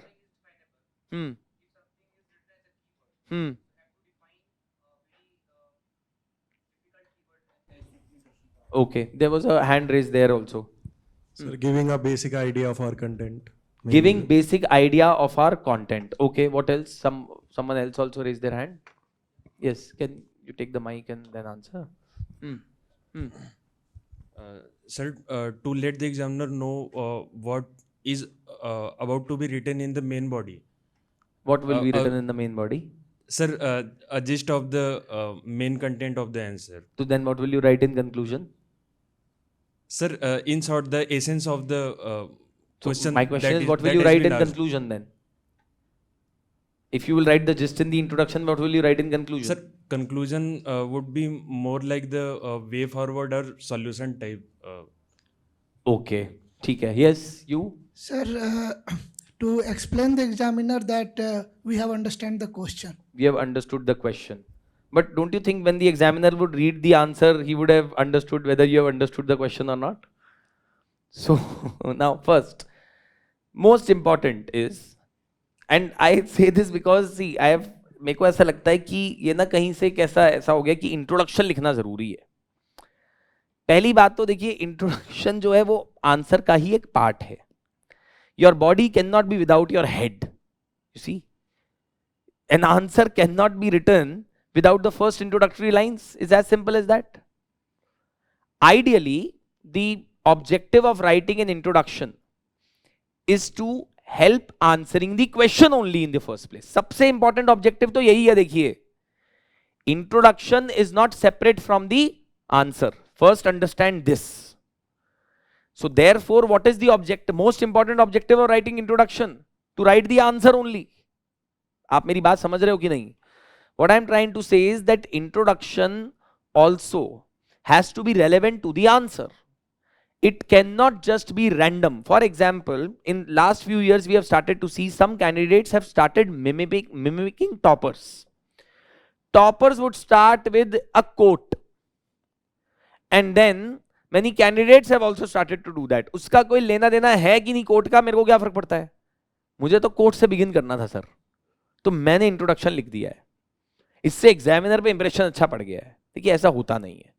What you must understand is that in a question where you have to write the answer in less than 250 words, do you really have scope for writing something which is not of actually not answering the question? Is my question to you. अगर कोई 250 या 150 word में आपको answer लिखना है, अगर आपने 30 word की इंट्रोडक्शन वो लिख दी जो कि उस आंसर के अंदर कुछ वैल्यू ऐड नहीं कर रहा है या उस क्वेश्चन का आंसर नहीं दे रहा है, क्या उसका कोई सेंस है? नहीं है. So first and most important objective of introduction is simply to answer the question only, which means that introduction is not separate. it's answer the question, and introduction is not separate from rest of the answer. Please understand that. उसका कोई अलग से objective नहीं है. Right? Yes, but at the same time, what the introduction does is that it sets the context for the examiner. Ideally, in my opinion, an introduction should be one जिसको मैं पढ़ूं as an examiner और मुझे पता चल जाए कि ये क्वेश्चन का थीम क्या है, ये क्वेश्चन किस बारे में है, what is this question about, what is the context of this question. That is what my introduction should try to do. Then the rest of the body will explain more about that theme or that concept, and the conclusion would summarize my views on that particular issue. So say for example, if a question has been asked that judicial review is the most important power given to the judiciary in India, how has it helped in preserving the idea of democracy in this country? Or do you think it has helped in preserving the idea of democracy in this country? Comment. Let's say this is the question. Second question is more apt. So in this question, what is the question about? Judicial review. So your answer should either talk about what judicial review is, or you should talk about where does judicial review as a power come to the Supreme Court or the judiciary from in the Indian Constitution. Or you could possibly, where it says that judicial review is one of the most important powers, so you could say that even though judiciary has been given various roles and powers under the Constitution, including interpretation of Constitution, deciding of disputes between different parties related to law and Constitution, but judicial review is the most important power because it helps to keep a check, or because of the following reasons. और फिर आप 1 2 3 4 5 reasons लिखेंगे. Do you understand? Now, is my introduction different from the answer in any way? Is it separate? It's just doing what the answer overall is supposed to do, which is to answer the question. तो मेरा introduction या तो judicial review को explain कर रहा है, या फिर ये बता रहा है कि भाई जुडिशरी के पास बहुत सारी पावर्स हैं, उसमें से एक पावर जो है वो जुडिशियल रिव्यू ज्यादा इंपॉर्टेंट और के कंपैरिजन में इसलिए है बिकॉज ऑफ दीज रीजंस. और फिर मैं बॉडी में अपना ये सारा सब कुछ लिख दूंगा. And then question is that do you think that is helped in preserving the idea of democracy in India. तो फिर मैं क्या करूंगा उसमें. So I would say that there are various cases in which it has helped in preserving democracy. I will give 2-3 arguments. Say for example, I will give the example of Lily Thomas judgment of the Supreme Court, in which it struck down the provision, some of the provisions of Representation of People Act, Section 8, subsection 4 of Representation of People Act. Or say for example, I will give the context of the judgment of the Supreme Court in the Vineet Narayan case, where the Supreme Court said that the CBI and the CVC must be independent bodies that should be able to investigate cases of corruption against the public officials in the country. So I will write that. And then in the conclusion, I could give my view on this issue, final view on this issue. That therefore, there is no doubt that judicial review has played a very crucial role in preserving basic values of democracy, such as rule of law, such as the well-being of the socially and economically marginalized, whatever. But at the same time, in the recent past, there have been various instances where the judiciary has interfered or shown enthusiasm to go into the domain of the legislature and executive, resulting in judicial overreach at times, which should be curbed by the judiciary itself. Now, I have given my last view on this issue as well in the conclusion. Introduction is also helping me come to the body of the answer. The point that I am trying to make is, guys, firstly, please don't just write introduction because you have to write them. Introduction is also a part of the answer. It helps you write the answer in a comprehensive manner, not anything else. Everything else is other, or one could say the side objective of writing an introduction. I hope this is understood to all of you, right? So that's one thing about introductions. अब इसके अंदर कुछ चीजें discuss करते हैं किस किस तरीके की इंट्रोडक्शन लिख सकते हैं? देखिए वैसे तो इंट्रोडक्शन कंटेक्चुअल होनी चाहिए, क्वेश्चन के ऊपर डिपेंड करता है, बट कुछ टॉपिक्स में कुछ स्पेसिफिक टाइप की इंट्रोडक्शन कई बार आपको हेल्प कर सकती है अगर आप फंस जाएं, if you are stuck. For example, अगर आप सोशियोलॉजी के क्वेश्चंस में फंस जाएं, वो पूछे फेमिनाइजेशन ऑफ एग्रीकल्चर की कुछ प्रॉब्लम्स, तो आप क्या करेंगे? Feminization of any economic activity की डेफिनेशन दे दीजिएगा to begin with, feminization of agriculture refers to, and then you talk about it. So one could be definition way of writing introduction, सबसे इजीएस्ट वे है। पर कई बार क्या होता है, क्वेश्चन पूछा गया है that there have been various challenges with respect to interpretation of, let's say, the powers of judicial review of the court, and बड़ा लंबा क्वेश्चन है, उसमें और 3-4 पार्ट पूछे हैं, स्टूडेंट उसमें जबरदस्ती के अंदर जुडिशियल रिव्यू एक्सप्लेन कर रहा है पहले से।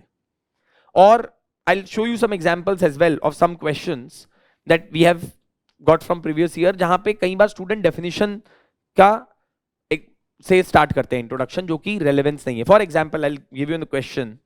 A question was asked by UPSC, I think 1 or 2 years back, last year ही पूछा था, related to Naxalism. That Naxalism in India has been tackled through, so what are the factors that lead to Naxalism, etc. and all of that? एक ये portion था.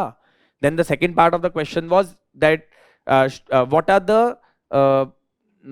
the newer challenges which are being thrown up by Naxalism? ये second part था question का. और third part था, what should be our multi-layered strategy to deal with naxalism. अब इसमें स्टूडेंट क्या कर रहा है, नक्सलिज्म की डेफिनेशन से स्टार्ट कर रहा है पहले। भाई एग्जामिनर को पता है नक्सलिज्म क्या है पहली बात, और क्या आपका क्वेश्चन का जो इंट्रोडक्शन है, आपने जो आंसर दिया है, is it helping you write the answer to that question effectively, because उसमें 3 पार्ट्स ऑलरेडी हैं।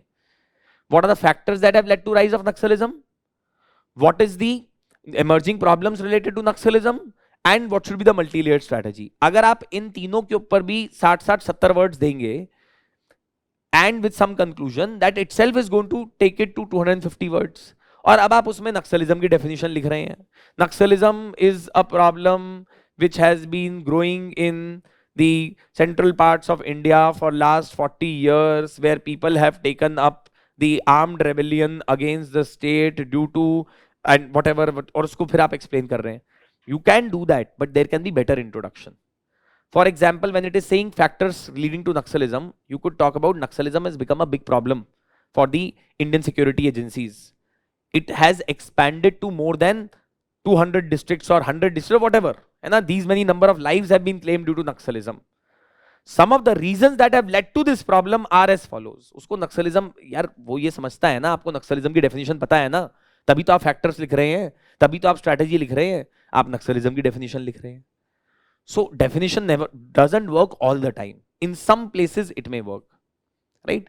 Maybe in economy, if there is a question which has been asked which is very technical in nature, you can use a definition way to introduce, but not all the time. You'll have to again see where definition works the best and where it does not. हर चीज में नहीं definition काम करती, समझिएगा बात को, right? Say for example, there is a question which has been asked on legislative councils. अभी 2 साल पहले यूपीएससी ने क्वेश्चन पूछा, issues associated with the functioning of the legislative councils in India. Candidate कैसे आंसर स्टार्ट कर रहा है? Legislative councils are secondary chambers of the state legislature. Not every state in India has a legislative council. They are created and abolished according to 169 of the constitution and this and that. अरे भाई, examiner knows that you must be knowing what legislative councils are, no? His attempt is to actually ask you, tell me what are the issues and challenges associated with the functioning of the legislative councils and how reform should be brought about. आप legislative councils को define करने में लगे हुए हैं. What are you doing? You are wasting precious real estate in the exam and time to write something which is not relevant to that question. It may be relevant to the topic. It is not relevant to that question. It will not give you any extra marks. Rather, you are actually wasting an opportunity to share something with the examiner. अब वहां पे कैसी introduction काम आएगी? Current affairs की. कैसे? Recently, इससे ही बिगिन करेंगे. Recently West Bengal has demanded the creation of a legislative council for the state on which the central government has not given an approval. This could be possibly due to the following challenges associated with the functioning of legislative councils. 1 2 3 4. अब मुझे बताओ, क्या आपका introduction answer से अलग है कहीं? Lot of times what we see is introduction अलग है, body अलग है. That doesn't work. You get what I'm trying to say? Legislative council के बारे में लिखा हुआ है, right? So this is what you need to understand, that you will have to see what kind of introduction works in which kind of question. So current affairs based introduction is one. You may refer to some legislation or reference to some committee. Say for example, you could say that recently the Union Affairs Committee or the Union Legislative Committee on so and so thing has stated that the legislative councils in India should be abolished. This is a very important recommendation which has been made on the basis of following reasons and issues associated with functioning of legislative council. Again, you're coherently flowing from introduction to the body. You get the point? So mentioning of time period in history, that could also be one of the ways in which you could introduce the answer to questions, possibly in history, maybe for that matter in polity, maybe for that matter in geography, society as well, depends. Then you can provide some data. I think data is one of the best ways to introduce answers in economics. Economy के अंदर आप data से begin कर सकते हैं. उसने question पूछा है that inflation has become a big problem for the or has become a big challenge for the RBI to set the monetary policy in India. What are the reasons leading to high rates of inflation in the Indian economy? What suggestions would you give to address this problem? Let's say ये question है. Here you could begin that recently the economic survey noted that inflation in India has reached at alarming levels of 8% or whatever. Or let us say there is a question which has been asked in the area of social justice and governance. Question is that healthcare infrastructure in India is in very poor state and requires massive investment by the government in order to overcome the challenges faced by the large population of India. Discuss. In this you could begin by talking about that recently a World Bank report has stated this is India's status when it comes to health. Or you could say that for every, बहुत simple statistic, for every one doctor in India, there are these many number of people as compared to China. This clearly shows the state of health in India or the health sector in India, and then you begin from there onwards. This has created multiple challenges such as 1 2 3 4. This has been due to various reasons 1 2 3 4, and this needs to be solved in this manner 1 2 3 4. Simple introduction but relating to the answer, entire answer and question. So first you have to get out of that habit कि बस introduction लिखनी है, कहीं से तो चालू करना है. Your introduction has to bring more value to your answer and not just be written for the heck of it. Do you understand it?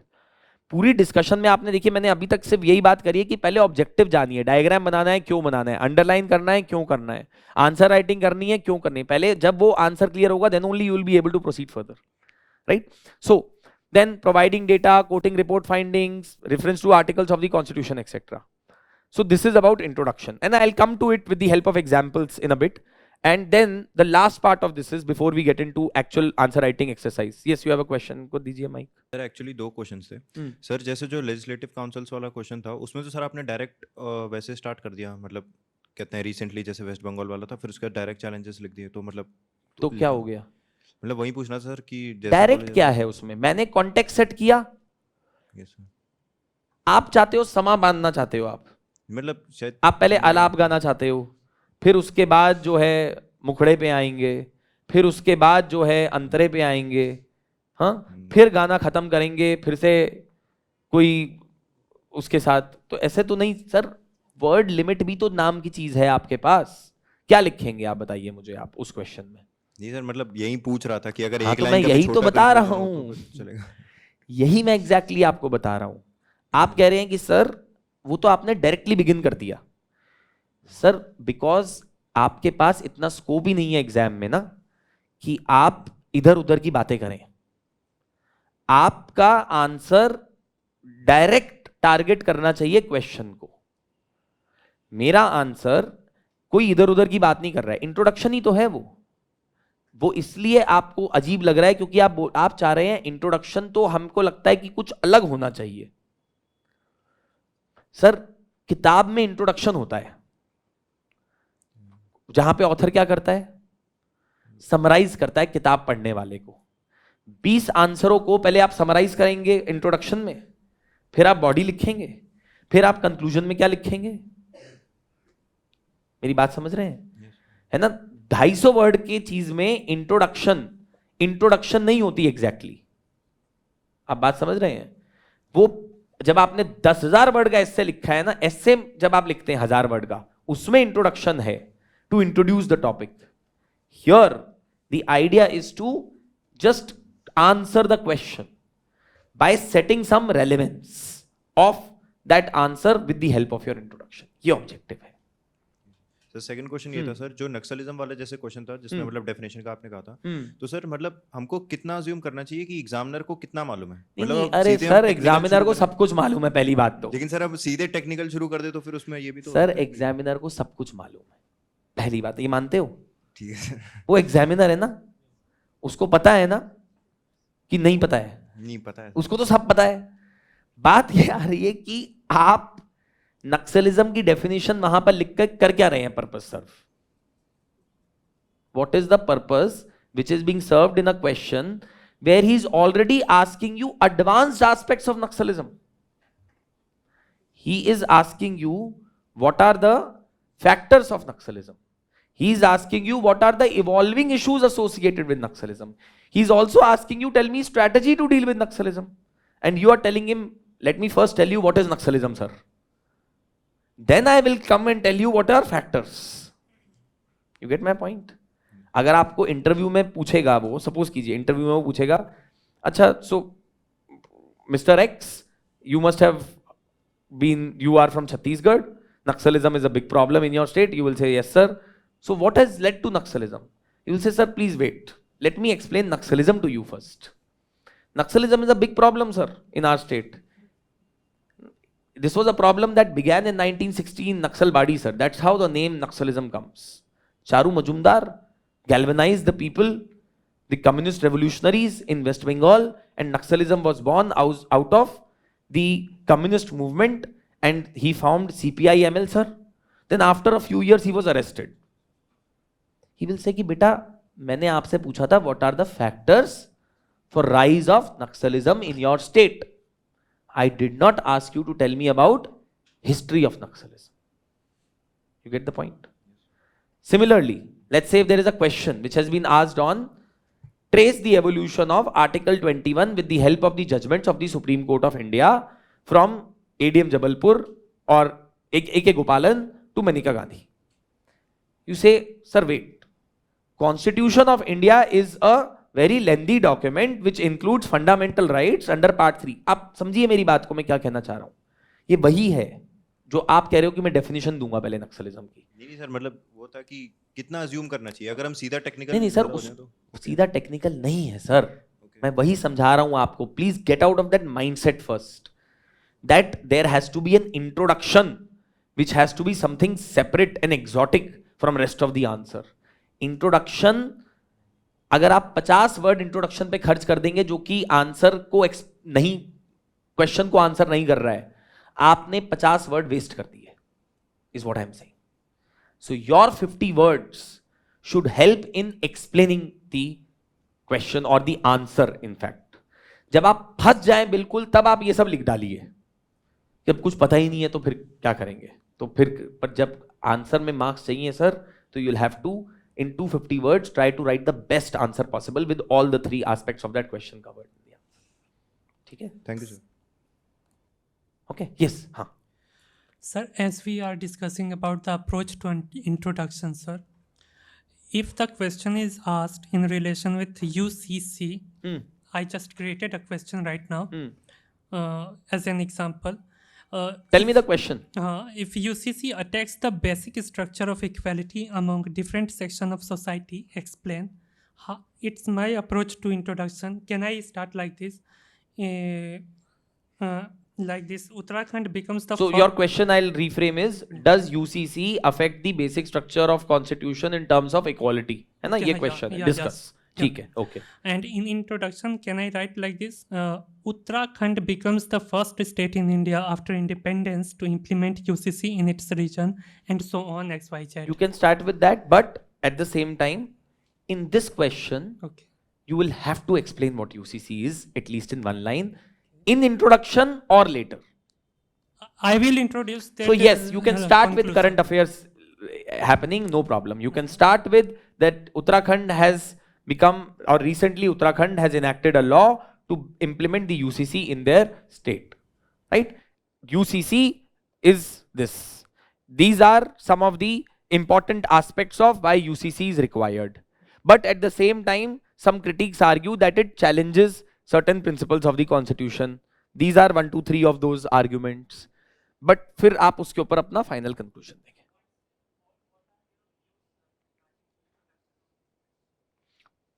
You're right, absolutely. I mean, I'm okay with that introduction. Now conclusion will be what your views are, because where he's asking, does it affect? So if in my opinion, I would say it does not affect, but there are certain challenges, and then I will mention those challenges. ठीक है. बोलो. Okay. What my views about what? क्या? अरे नहीं, उसकी बात छोड़ो यार. My views, how does it matter what my views are? ना, I am not writing the answer. I am not writing the exam. Your views are important. Anyway, now the other thing was, sorry.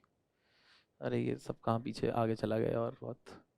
Yes, conclusion पे आते हैं, है ना? Introduction for ये answer ही लिख दिया ये भी, but anyway, conclusion. That's why I got confused. Conclusion. As I said, your conclusion is basically summing up your view on that particular topic which has been asked in the question. That is what the conclusion is supposed to do. There are different ways of writing conclusions. One is that you can give your final viewpoint on that particular issue in a balanced manner by stating that this is what my view on this particular issue is, and this is what are some of the challenges associated with this. You want to leave? Right? So that is one thing you can write. Second is reference to committees, international conventions, commitments, etc. You can write something about that as a positive way of writing the conclusion, that this is what all should be done, or this is what this committee has recommended. Another way could be suggested way forward, again your own suggestions based on some committee, etc. Summary based conclusion, which is that in summary, therefore we can say this is this and this and this and whatever.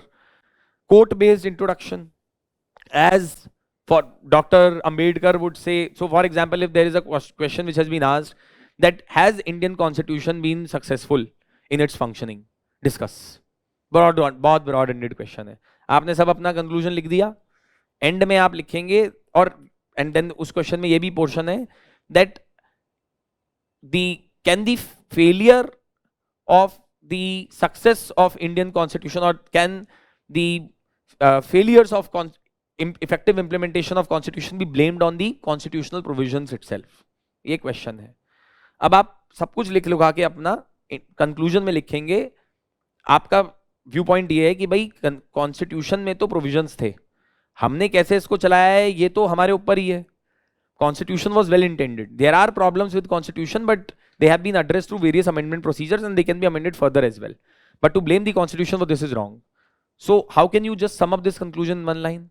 You would say, as Dr. Ambedkar had quoted in the Constituent Assembly of India, constitution would be as good as the ones those who run it, and would be as bad as those who.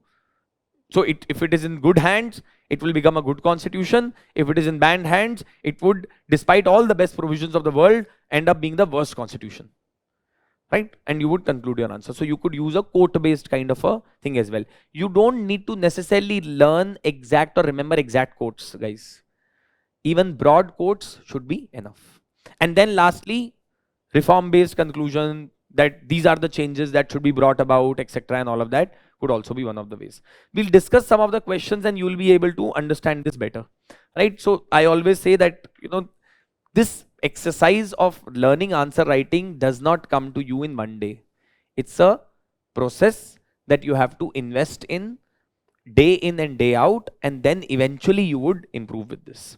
So let's quickly talk about some of the things with respect to attempting GS paper generally, very quickly, because अभी जो हमारा emphasis है answer writing पे ज्यादा है, paper attempt के ऊपर कम है. One is that initially you should scan the paper properly before you start beginning to write the answers to any question. सबसे पहले पूरा पेपर स्कैन कीजिएगा, 2 मिनट दे दीजिए उस एक्सरसाइज को, 5 मिनट भी लगे तो दे दीजिए, कोई दिक्कत नहीं है. Why? Because then you would get an idea of कि इस ये जो 20 क्वेश्चंस पेपर के अंदर पूछे गए हैं, इसमें से कितने क्वेश्चंस मेरे को अटेम्प्ट करने हैं, कितने मैं अच्छे से कर सकता हूं, कितने खराब हैं, all of that. That scanning you have to do. Ideally, what I suggest to candidates is that you should not go sequentially. What rather you should do is that you should choose the questions where you are most confident first. Mark those questions. Then after that, the second category of questions should be the ones in which you are not very confident, but you have some kind of confusion on what the content of that particular question has to be. Just a second, I thought it's my phone. Anyway, the third category of questions will be where you have absolutely zero clue or very little clue. Now you should divide the time in questions where you think you are very confident. In those questions, you should maybe, instead of spending, let's say if you have 10 minutes per question, spend 11 minutes, maybe half a minute, 1 minute extra in those questions. In one which you are fairly confident but not absolutely confident like the first ones, you should give the time that you have allocated, and or maybe just a bit more, maybe 10-20 seconds more, as compared half a minute more. And in those questions where you are less confident, you should not spend so much time. जहां पे बिल्कुल ही कुछ नहीं आता है, 8 minute मत खर्च कीजिएगा, क्योंकि नंबर आपको एक आधा ही मिलेगा उसके अंदर. Use that time to write whatever little you can, and rest you should use in the other questions where you are confident. Some people suggest that sequentially paper कीजिए. मैं इसलिए नहीं suggest करता हूं because you should first get some confidence in the exam to yourself कि yes, I am doing fine. So you should begin with easy questions which you know properly to begin with. That will give you some momentum and that will set the tone for you. But that doesn't mean कि जो question easy है और जो आपको आता है उसके अंदर सबसे ज्यादा टाइम लगा दिया, 10 मिनट की जगह 15 मिनट में आंसर लिख रहे हैं. Can not do that, you can't afford that. So you have to ensure that you pick up those questions first to get some momentum in the exam, to be able to get out of your nerves as well, है ना. जो initially आपकी जो थोड़े से anxiety होती है, nerves होती है एग्जाम में, those can get settled. So scan the paper and choose that order of the answering of the question, preferential answering, right? Prioritize the sequence. In no case spend more time than the designated time. अब ये भी बड़ा important है. कई बार देखिए, अभी तक पिछले बहुत सालों से तो क्या हो रहा है, 20 क्वेश्चन आते हैं, 10 questions 15 marks, 10 questions 10 marks. At least in GS 1 2 3 this is what is pattern. But who knows, next year it may change. So in 2024 it may be a different thing. What if they ask 40 questions? So you must do this broad calculation. 250 marks require 180 minutes, which means that 80 marks broadly, 85 marks broadly require how much time? 1 hour. Broadly 85 marks के लिए 1 घंटा चाहिए, right? Now you divide it that in half an hour I should be able to do questions worth 40 to 45 marks, which means that in 15 minutes I should be able to do questions worth whatever 20-22 marks, है ना. तो इस तरीके से आप अपने दिमाग में एक आधा घंटा या एक घंटा का टाइमलाइन रखिएगा, बिकॉज आप हर समय घड़ी लेकर नहीं चल सकते कि अच्छा 7 मिनट हो गए अब नहीं लिख सकते, इस पे 7 मिनट हो गए अब नहीं लिख सकते. You will have to keep half an hour timeline in your mind, or maybe 15 minutes timeline in your mind, कि हर 15 मिनट बाद आपने या आधे घंटे बाद घड़ी देखी, and then you see कि अच्छा half an hour के अंदर am I on track? How would I know that I should have attempted in half an hour how many marks question? 45, which means I should have attempted 315 markers. That is broadly how you need to work around this timing. Or if questions have been asked worth 5 marks, then again your approach will be the same, that in half an hour I must have written answers to at least 8 to 9 5 markers. That is how you should go with it, right? Ideally this is the approach that you should follow, because reason is you never know. What if they ask you 2 markers? फिर आप exam में थोड़ी ना बैठ के calculate करोगे पहले कि अच्छा 2 मिनट के लिए तो आधा मिनट देना होता है, फिर आधा मिनट कैलकुलेट कर रहे हैं, स्टॉप वॉच लगा रहे हैं हर बार क्वेश्चन लिखने से पहले, फिर स्टॉप वॉच लगा रहे हैं. You can't do that. Ideally the other way is that you must also know your writing speed before the exam, which should be usually, which is 120 to 150 words for how much time? 7 to 8 minutes. ये time लगता है, usually यही writing speed होती है. अच्छी writing speed ये है, ये पैरामीटर है. आप अपनी राइटिंग स्पीड आइडेंटिफाई कर लीजिए एग्जाम से पहले. तो आपको क्या पता होगा कि मुझे 150 वर्ड लिखने में कितना समय लगता है, राइट? और आपको अपनी हैंडराइटिंग का भी पता होना चाहिए कि एक पेज पे how many words am I able to write, so that you are not counting words. You know, I have written one page, that means I have written 150 words. I don't need to cross this. This is my answer. That's it. You'll have to stop there. Do you understand this?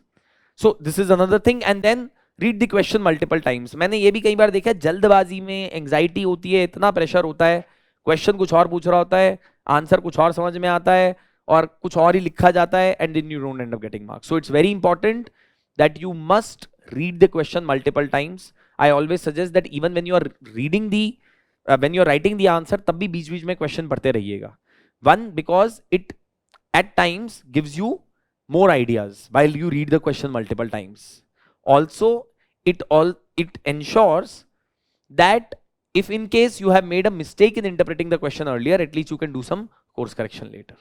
So that is as far as the few basic things are concerned. Also, see, you must understand not all questions are to be attempted in the exam.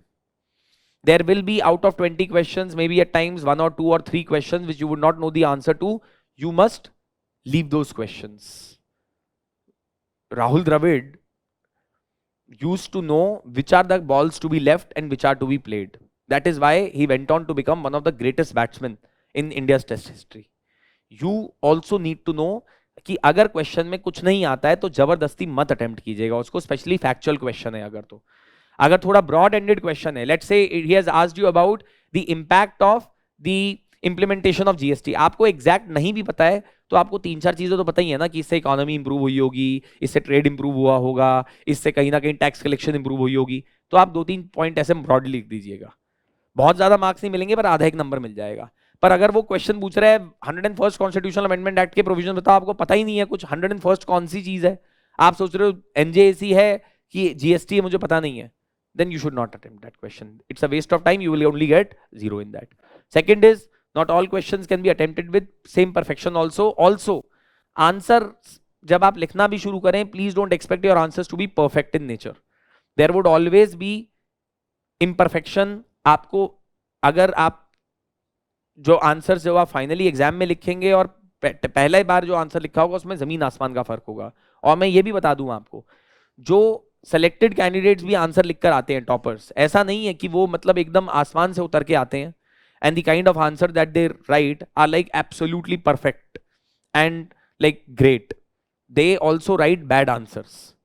Ultimately it is all about competitive exam in which competition matters, not writing perfect answers. तो ये मत सोचिएगा model answers को देख के कि अरे model answer में तो इतना सब कुछ लिखा, मैंने तो लिखा नहीं. That doesn't matter. Your answer has to be better than the other candidates. It's as simple as that.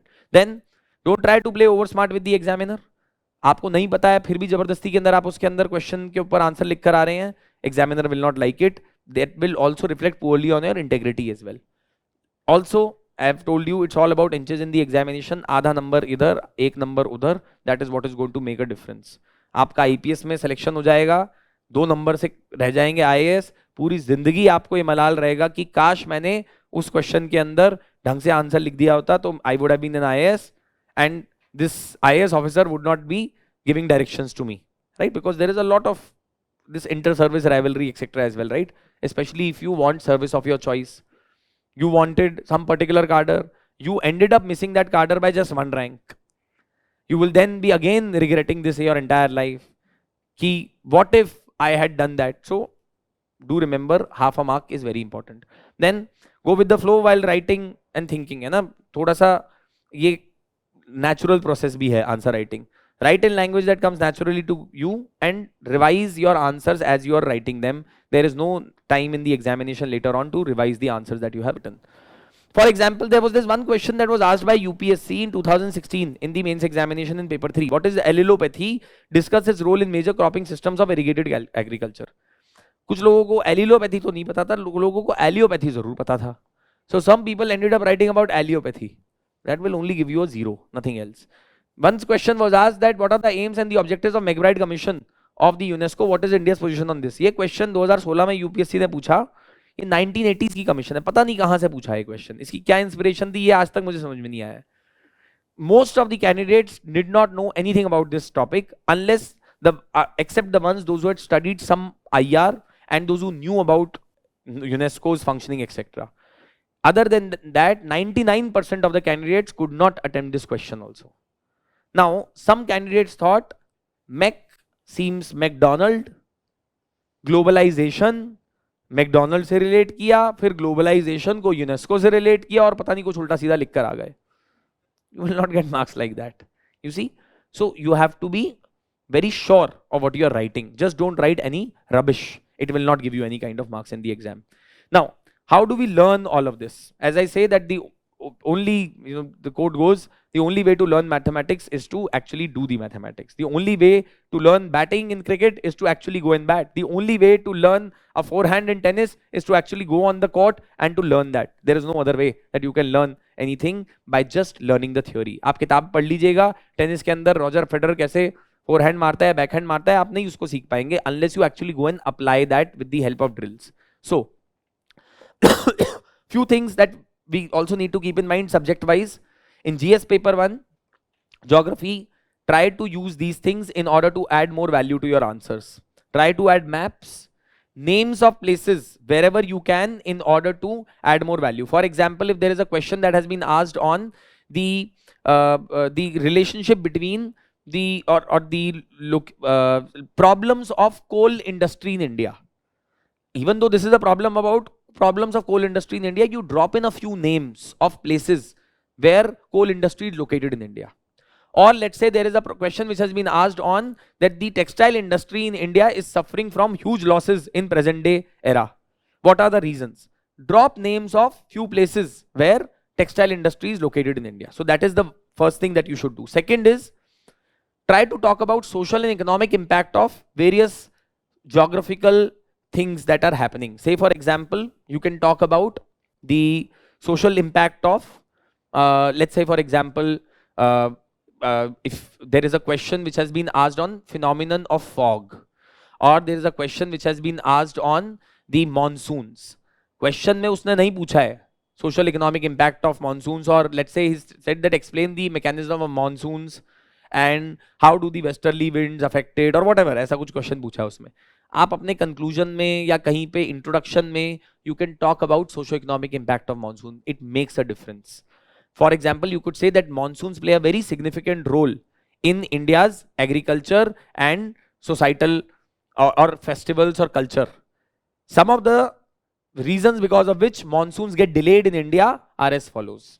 So even though it may not be completely relevant, but at times if you are running out of ideas, that could be one of the ways to introduce the answer or even to add value to your answer where it is relevant. Then in geography, schemes, programs, etc. of the government could also be one of the ways in order to add more value to your answers, right?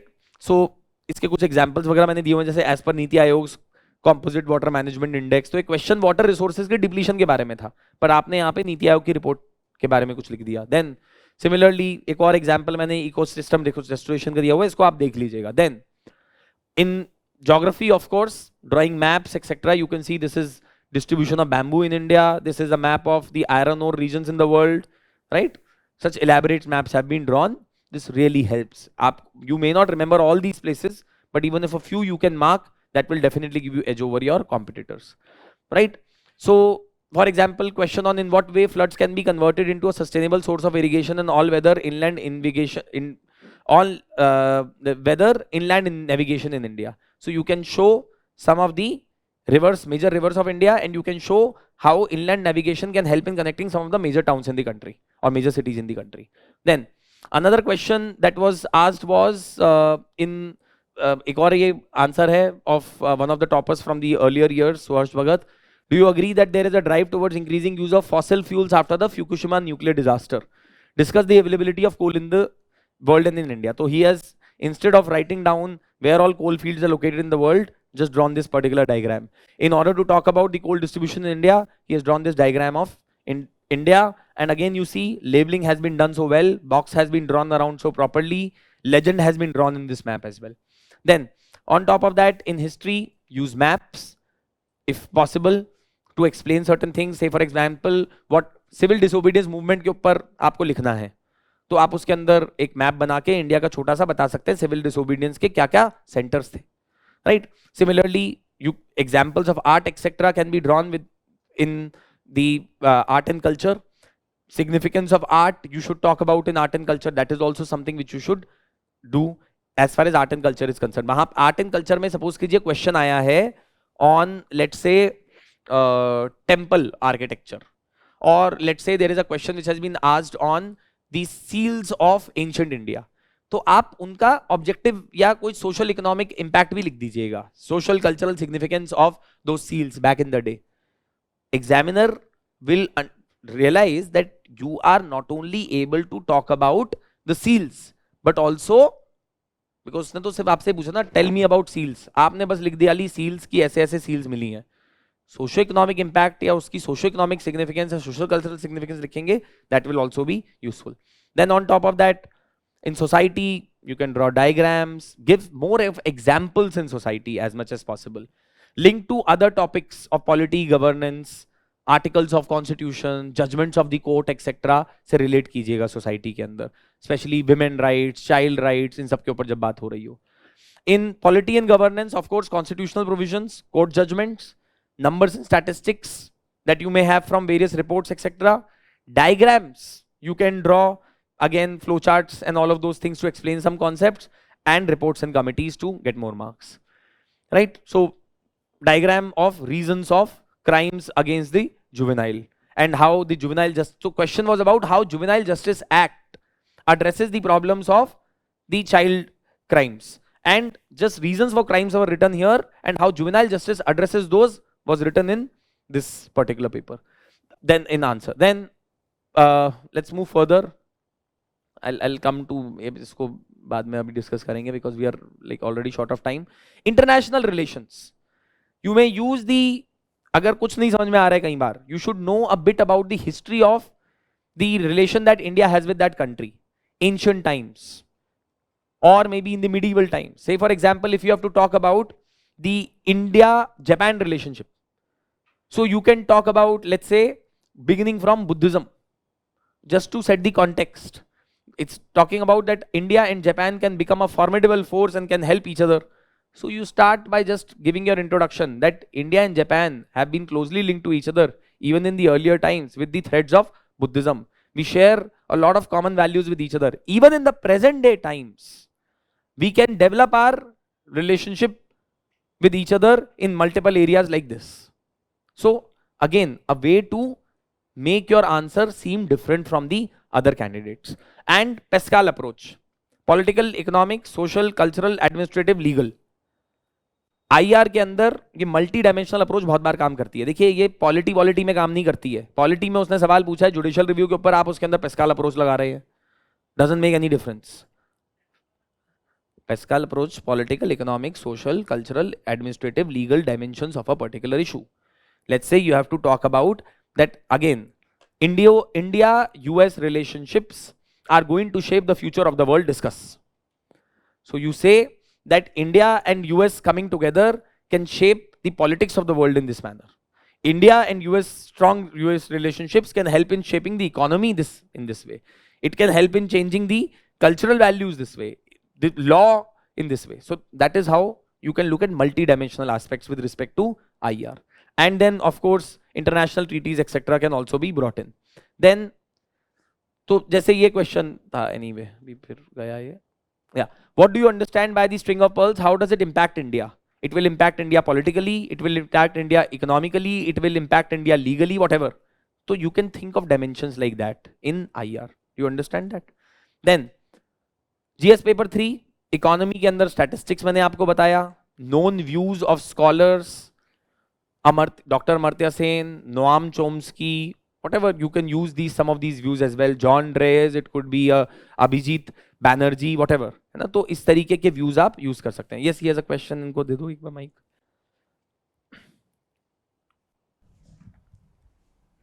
Sir जैसे एक question था कि how our constitution has survived so long, तो आपने class में लिखवाए थे ना, according to Chicago university average life of constitution is 15 year. तो मैंने वो क्वेश्चन में मेंशन किया था, तो उसमें उन्होंने लिखा था कि no need to mention studies remarks. Sir, that is the viewpoint of a particular person who's checking the answers, but I can tell you what I know as my experience. Sir एक और UPSC ने तो नहीं दिया ना ये comment? नहीं. हाँ तो फिर तो सर एक और क्वेश्चन था, जैसे कि what idea should France should take from the secularism of India, तो उसमें मैंने अलग अलग आर्टिकल मेंशन कर दिया था, अनटचेबिलिटी टाइटल्स, तो ये सब भी उसमें मेंशन करना मतलब था ना इसमें सेक्युलरिज्म वाले क्वेश्चन में. You can mention, but secularism wala question is not necessarily about untouchability and equality and all of those things. No, it is about something else. Untouchability is not relevant to France, no. How is it relevant to France? What can they learn from untouchability being abolished in India? They don't have untouchability there in their country. So why are we telling them about this? Okay, sir. To see the context of the topic as well, no? Thank you, sir. Sir एक question ये और था कि sir जैसे polity में हम decide कैसे करेंगे कौन सी कमेटी कितनी इंपॉर्टेंट है. जैसे फॉर एग्जांपल सेंटर और स्टेट रिलेशंस हमने पढ़ा, तो उसमें जैसे एक राजमनार कमेटी है जिसमें मतलब बिल्कुल फालतू रिकमेंडेशंस थी, जिसको सेंट्रल फालतू की रिकमेंडेशंस थी, क्योंकि सेंट्रल गवर्नमेंट ने पूरा इग्नोर कर सर दिया. ऐसे तो मत बोलो फालतू की रिकमेंडेशंस थी. सर ये था कि ऑल इंडिया सर्विस अबॉलिश हो जानी चाहिए, अभी तो फालतू ही है. मतलब तमिलनाडु ये फालतू है आपके हिसाब से? अरे sir there is a debate that whether we need all India services और नॉट. तो आप तो पूरे क्वेश्चंस और पूरे पेपर को ही फालतू ठहरा देंगे जो आपके व्यू से अग्री नहीं करता. सर ऐसे तो मत बोलिए, पहली बात तो है ना, you are a civil services aspirant, you can't be talking कोई भी चीज कोई फालतू कमेटी थी, है ना. That is not the point. First is that. Second is what committee is more important और लेस इंपॉर्टेंट की बात नहीं है. It is about what recommendations you find relevant which you can use in your answers. That is what it is about, है ना. तो फालतू कुछ नहीं है सर. I mean, फिर तो बहुत सारी चीजें फालतू है सर. आप बोलेंगे कि एक सवाल तो बड़ा फालतू है. आशा वर्कर के बारे में मुझसे क्यों पूछ रहा है? मैंने कौन सा आशा वर्कर बनना है? मैं तो साहब बनना है. समझ रहे हैं? तो फालतू कुछ नहीं है सर. ठीक है. Thank you. Now economy graphs, Pascal approach again can be good to use in economy, right? Some flow charts kind of things, how you are talking about base profit erosion आप explain करने की, tax avoidance explain करने की कोशिश कर रहे हैं आप with the help of a diagram in economy, right? So GS paper 3 again, internal security, disaster management, maps relate to constitutional articles. When you're talking about, let's say, factors leading to Naxalism, quote some constitutional articles. Let's say you're talking about money laundering, quote some legal articles, right? Let's say you're talking about the lack of a common approach to deal with insurgency or terrorism. Talk about India's federal setup, which makes policing a state subject, and because of which there is often a tussle between the state and the center, because center is related to defense of India and states are related to policing function, right? So all of those things have to be kept in mind. So some examples etc have been given here. All of this will be uploaded on the YouTube channel के उसमें भी अभी in 2-3 days, so you can download it from there. Maps can be a very good way again in internal security, where the various parts of northeast India have been shown. But now see this question, अब ये मैंने actually ये example इसलिए include किया था of irrelevant maps being drawn. This question is about, while most insurgent groups in Northeast have given up violence and are engaged in peace talks with government, a number of issues can create hurdles in the future. Discuss. अब ये map देखिएगा जरा आप. इस map में हिंदुस्तान के north east में कौन कौन सी स्टेट्स हैं ये बताया गया है. इसका क्या करे examiner? What is the relevance of this in the exam, in this question? या तो आपने नॉर्थ ईस्ट के अंदर कौन कौन से इंसर्जेंट ग्रुप्स कहाँ पे प्रेजेंट हैं वो बताया होता है इसमें, या आपने ये बताया होता कि you know there are number of issues in Arunachal Pradesh like this, तो कुछ और होता. आपने क्या किया? आपने नॉर्थ ईस्ट का मैप बना दिया, and you are now telling the examiner, sir there are these states in Northeast India, and this is where they are located. I want to tell you, I know about Northeast India, sir. Whether I know about insurgency or not, I definitely know that there is Northeast India, there is Manipur, where is it located, there is Nagaland, where it is located. Absolutely irrelevant map. Doesn't make any sense. Someone will draw it. Why? Because map banana tha. Will you get any marks for this? Possibly examiner will say, what the hell is this? Figure is Northeast India. Topper की answer copy है ये, इसलिए ये भी एक बड़ा important चीज है. टॉपर की आंसर कॉपीज देखिए, ऑब्जर्व कीजिए, समझिए वो लोग क्या कर रहे हैं, पर जरूरी नहीं है उनको मिमिक करना है सारी चीजों में आपको, क्योंकि टॉपर भी गलती करता है. जरूरी नहीं है कि टॉपर को 250 में से 250 नंबर थोड़े ना मिले हैं. So nothing is perfect is what I am trying to say. वो भी खराब आंसर्स एग्जाम में भी लिख के आ रहे हैं, is what you need to keep in mind. ठीक है. Now another few examples of how you can use the concepts related to polity etc in case of the questions in this thing. GS paper 4 में theory questions में real life examples quote कीजिए, पद्मश्री के examples quote कीजिए, quote examples from civil services award, public award, the prime minister's award for excellence in public administration, है ना. तो all these kind of examples you should quote. वहां पे definition basic topics की आपको अच्छे से पता होनी चाहिए. ठीक है. स्पेशली इंटेग्रिटी क्या होता है, what is honesty, this that everything, all of those things you should know. Case study questions, experiment different approaches, look at various topper answers etcetera and analyse the topper answers also to see what exactly works the best. Right. So that for example some toppers will write the case study answers by writing who are the stakeholders, those who are involved. Some toppers will write the case study answers by talking about what are the values that are in conflict in this case study. You see what approach works the best for you. You see what is in your opinion the best way. I can't be telling you exactly all of that discussion anyway. We'll hold a separate session of how to deal with the case studies in the UPSC exam and you will get an idea of that. Right. So जैसे कि लंबी सी case study दी हुई, और SP of a district, large number of followers of a particular sect resided. So ऐसा problem हुआ भी था, है ना. And these district also holds a large ashram where regular gathering of followers takes place. अब ये लोगों को बोला गया बंद कर दीजिए. Now these people have taken arms and they are resorted to violence etcetera. So this something like this happened in Haryana. So they have asked what could be the reason for people's defiance. Why are they not allowing the ashrams to be shut down, etc. List the issues involved in the case. अब यहाँ पे किसी ने इस पूरी problem को पहले brief में एक्सप्लेन किया केस स्टडी को. This is one approach. Some people would say that I will not do this. I will first explain who are the stakeholders involved in this particular case study. What are the values at conflict in this case study? That is completely your choice. You see various topper copies, go through some of them, and then try to see which approach suits your style the best. You may not like any of them. You may evolve your own style as well. That is completely your choice. Anyway, I am not getting into all of that. So फिर उसने क्या किया, फिर वो सब explain करके फिर stakeholders पे आ गया. So that is also another approach. It is completely up to you. So you can see this later. And some of the frequently asked questions that students have with respect to answer writing. One is with respect to mock test scores. Should we take mock test scores very seriously? My answer to that is any test series only helps you to get a feeling of what it feels to be in the examination, gives you a real life kind of an experience. It's simulation hai, but do not take the mock test scores very seriously, because the evaluation methods at most of the coaching institutes is flawed in many ways. Ultimately, these papers are not being checked by UPSC examiners. They are being checked by some people, those who may have some association with UPSC exam, but they are not necessarily completely subject matter experts. So at times they may give you some comments which you think are not relevant, ignore them. Don't let that affect your confidence. Also, your attempt should be that with every mock score test, can I improve my score even little? And more importantly, then looking at score. Let's say I attempted 20 questions and got 4 marks each and every question, I will get 80. But I attempted 10 questions and I got 6 marks in each question. I would say that the second, or let's say I got 8 marks in every question, I would say that the second attempt is better as compared to the first one, because in that you have only got 4 out of 15 markers. Here you have been able to get 8 out of the 15 markers.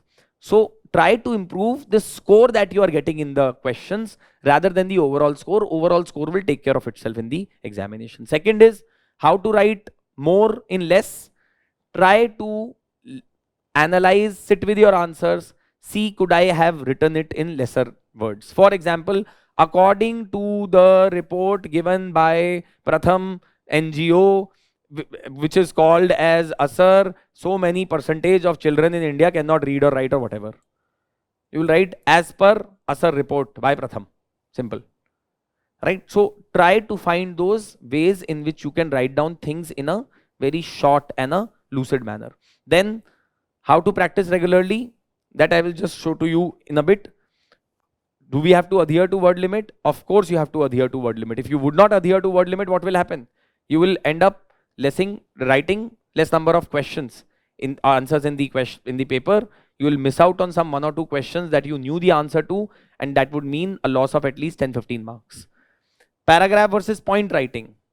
This is a completely personal choice, yet at the same time I prescribe that in 10 markers try to use point wise approach.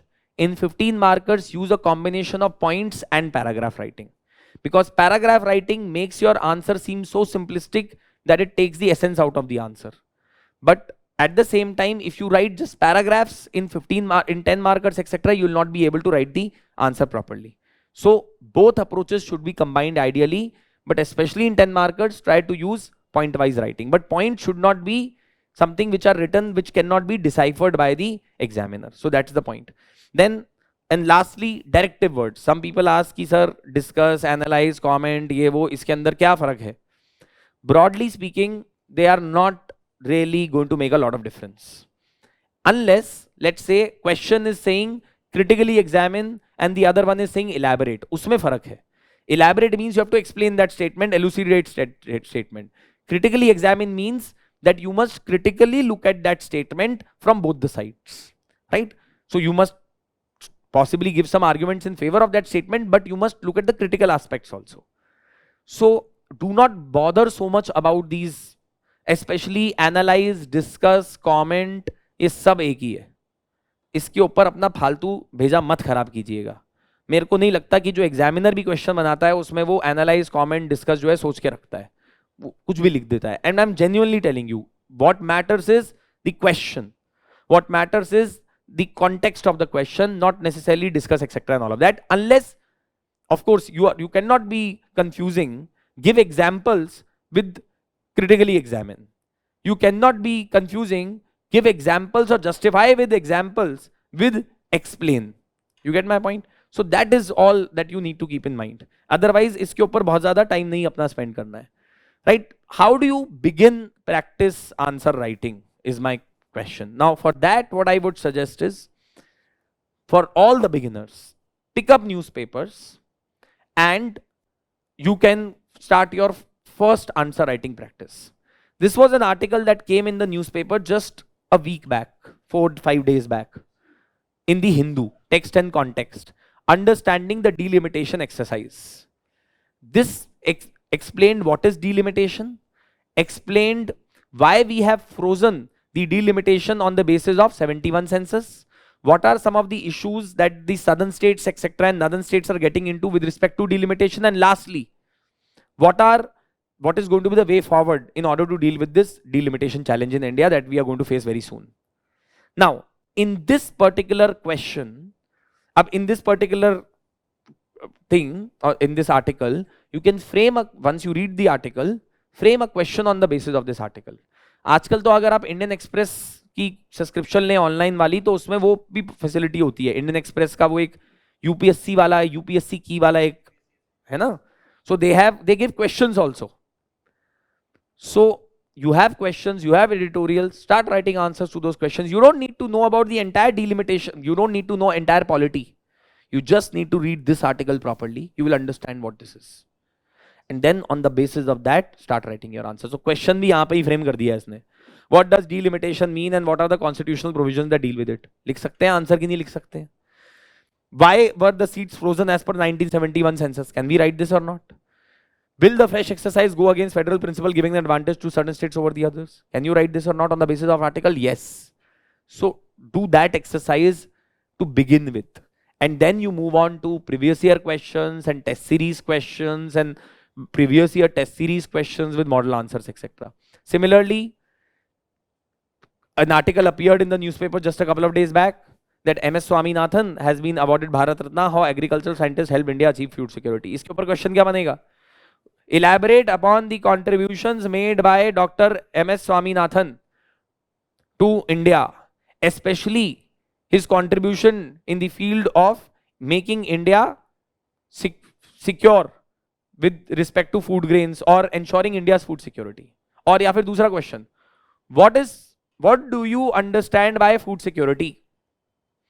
What were the reasons because of which India, what are the reasons because of which India has been able to secure its food security or has been able to ensure self-sufficiency in food grains? How far can this be attributed to contributions made by Dr. MS Swaminathan? Simple. कोई rocket science नहीं है. जब आप ये article पढ़ेंगे इसी के अंदर आपको फूड सिक्योरिटी भी समझ में आएगा, आपको ये भी समझ में आएगा कि कैसे PL488 etc. used to come from US and it created so many problems for us, and how the food grains that they used to send, some people used to make comments कि ये ऐसी food grains भेजते हैं that even the pigs will not consume this food grains, and in return for that they ask favors from us. They want us to open up our economy for their companies. So this was a question that was asked by, or this can be a question that can be asked by UPSC. So basic, all the information would be in this article. You write the answer on basis of this particular article, right?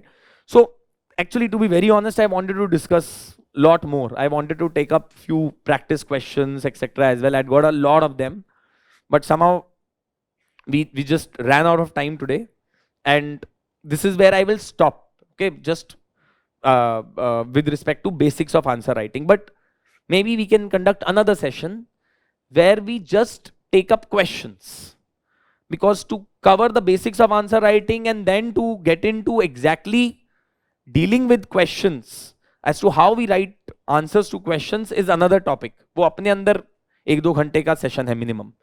So we can possibly organize another session. I'll request to the management that we can do it maybe in coming days, where we can have simply a session dedicated to dealing with practice questions.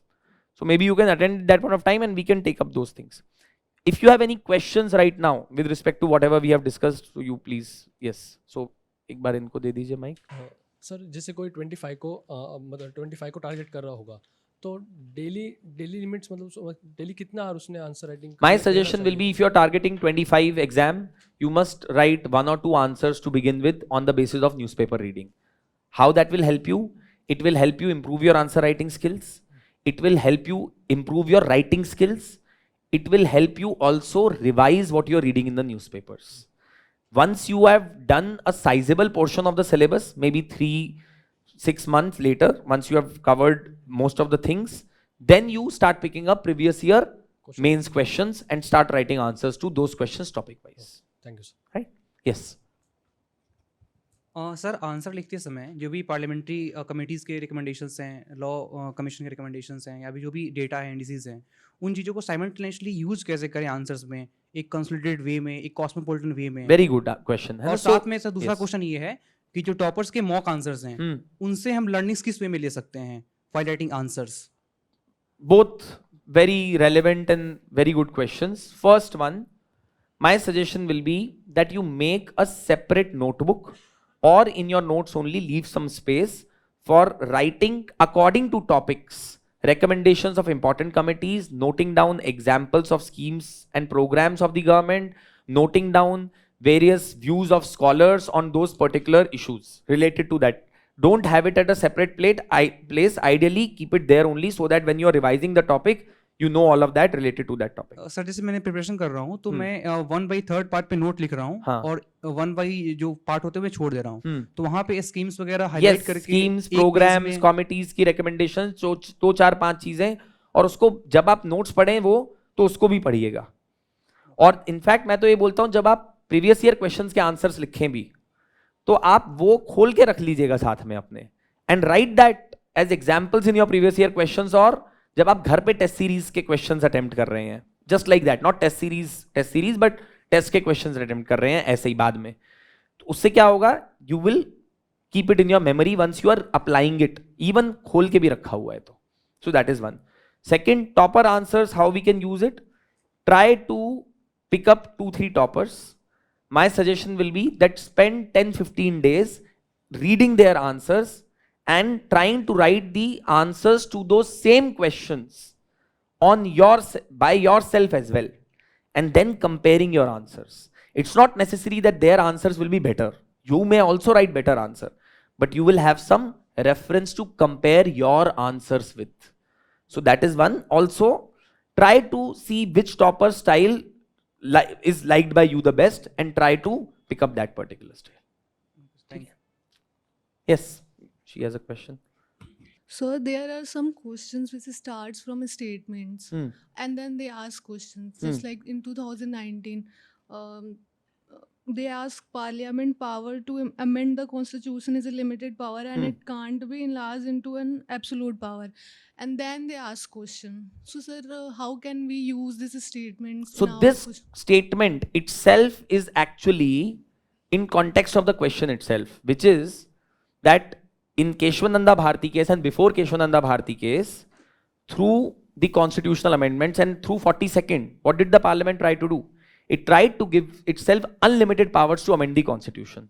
So now in the case you can write down the देखिए अब ये question जो था केशवानंदा भारती और Minerva mills के case के context में था, तो ये जो स्टेटमेंट है वो उस क्वेश्चन के ही रेलेवेंस में है, where you have to basically explain that even though Indian Constitution has given powers to the Parliament to amend the Constitution under Article 368, and the Parliament has been given these powers in a limited manner, the Parliament tried to expand these powers by making amendments to the Constitution and giving itself unlimited powers. How? By 24th, it said that any amendment made to the Constitution cannot be challenged on the grounds of violating the fundamental rights. In 42nd, they said that no amendment can be challenged on any grounds in any court in India. And then you will explain what the court had to say in Keshwananda Bharati and Minerva Mills case. So that statement is not irrelevant to the question. It is in context of that question only which has been asked. If you understand that topic, then you will be able to answer that question also. You don't need to necessarily explain that statement because it is already embedded in that question. Okay? Yes, any other questions? Yes. Sir जैसे मैं 2025 के लिए target कर रहा हूँ, जैसे मैं answer खुद से लिखा, मैं 10-20 आंसर्स लिखे स्टार्टिंग में, उसके बाद में मतलब अंदर से ये आता है कि मैं कोई एनालाइज तो इन्हें कर नहीं रहा है, तो मतलब कैसे जज करेंगे कि काफ़ी हद तक सही जा रहा है या गलत जा रहा है? पहले 50-100 आंसर लिख डालो। Yes sir.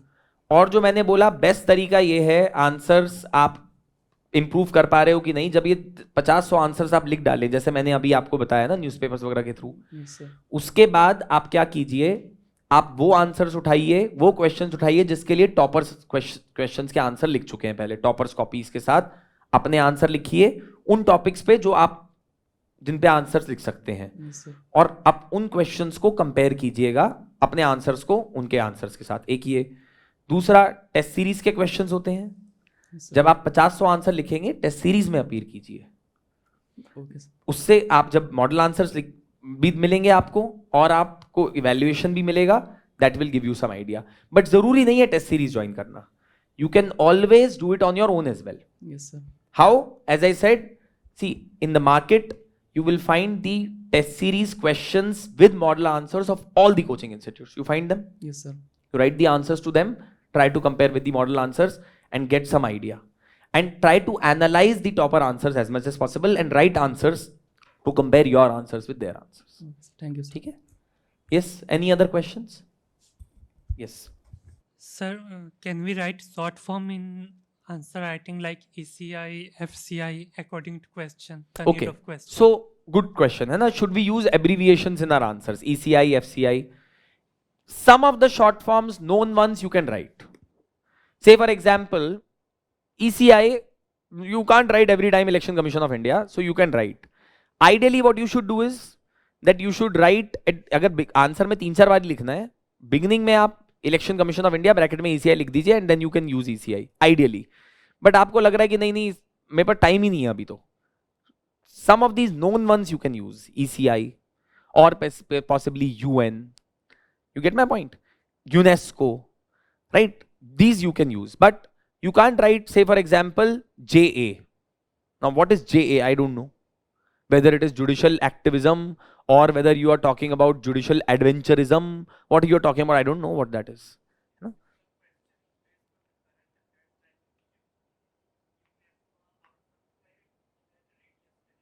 know? UNO or whatever Hmm. are coming in news. Hmm. So if we write that one time on the answer sheet and after that we mention in short form, it will be okay or not? I didn't get your current वाला question, नहीं समझा मैं क्या sir था? मैं बोलना चाहता हूँ कि जैसे अभी करंट अफेयर्स में न्यूज आ रहे हैं सर कि यूनेफवा और anything else related to international organisations, sir उससे रिलेटेड जो शॉर्ट फॉर्म है एक बार उनका सर डिपेंड करता है. If it is a well known one, you don't need to.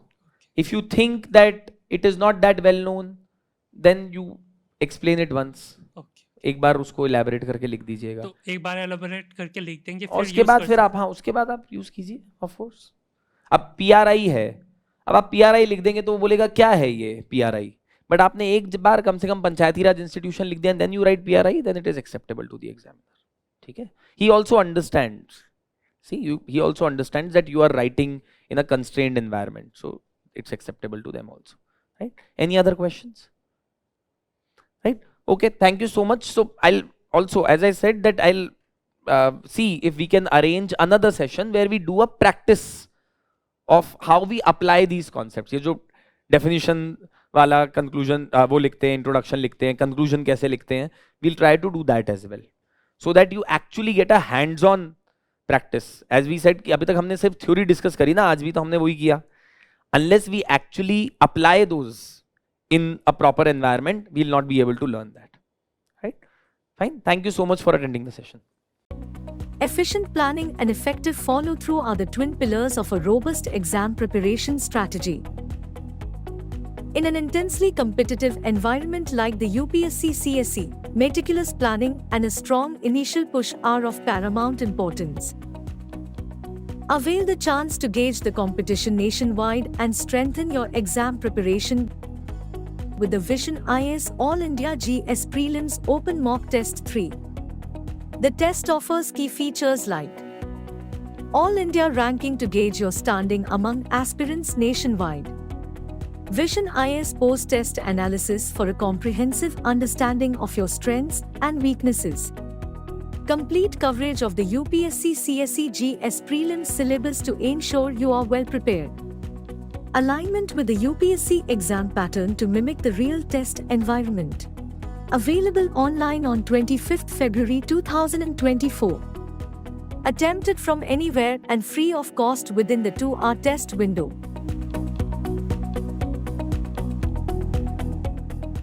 Welcome everyone. Meet Arav, an aspiring UPSC candidate. His eyes are full of dreams, his room a reflection of his ambition with UPSC topper stories. Arav starts his journey and soon finding himself engulfed by mountains of books and endless notes as he grapples with the vast UPSC syllabus. Despite trying various revision methods, Arav's anxiety escalates each day. He feels lost in a sea of information, struggling for direction. In his moment of confusion, Arav discovers the Lakshya Prelims Mentoring Program 2024, a ray of hope in his challenging journey. He found that Lakshya program offers a strategic plan for revision and practice, which includes the entire GS and CSAT syllabus. It skillfully integrates monthly current affairs and PT 365 with the static GS syllabus for a comprehensive revision. CSAT, once a daunting task, is now approached with rigorous practice and focus, building confidence. Amazed by the personalized approach, Arav finds Lakshya's plan as per his unique needs, that is, by focusing on high-yielding areas, facilitating multiple revisions, providing effective and validated reading list for efficient preparation, and analyzing the evolving demand for UPSC prelims paper with in-depth trend analysis of previous year questions, PYQs. With Lakshya's structured plan, Arav's approach to preparation evolves. The chaos of his study room now becomes a focused learning environment. Empowered and confident, Arav is now ready to conquer the UPSC prelims.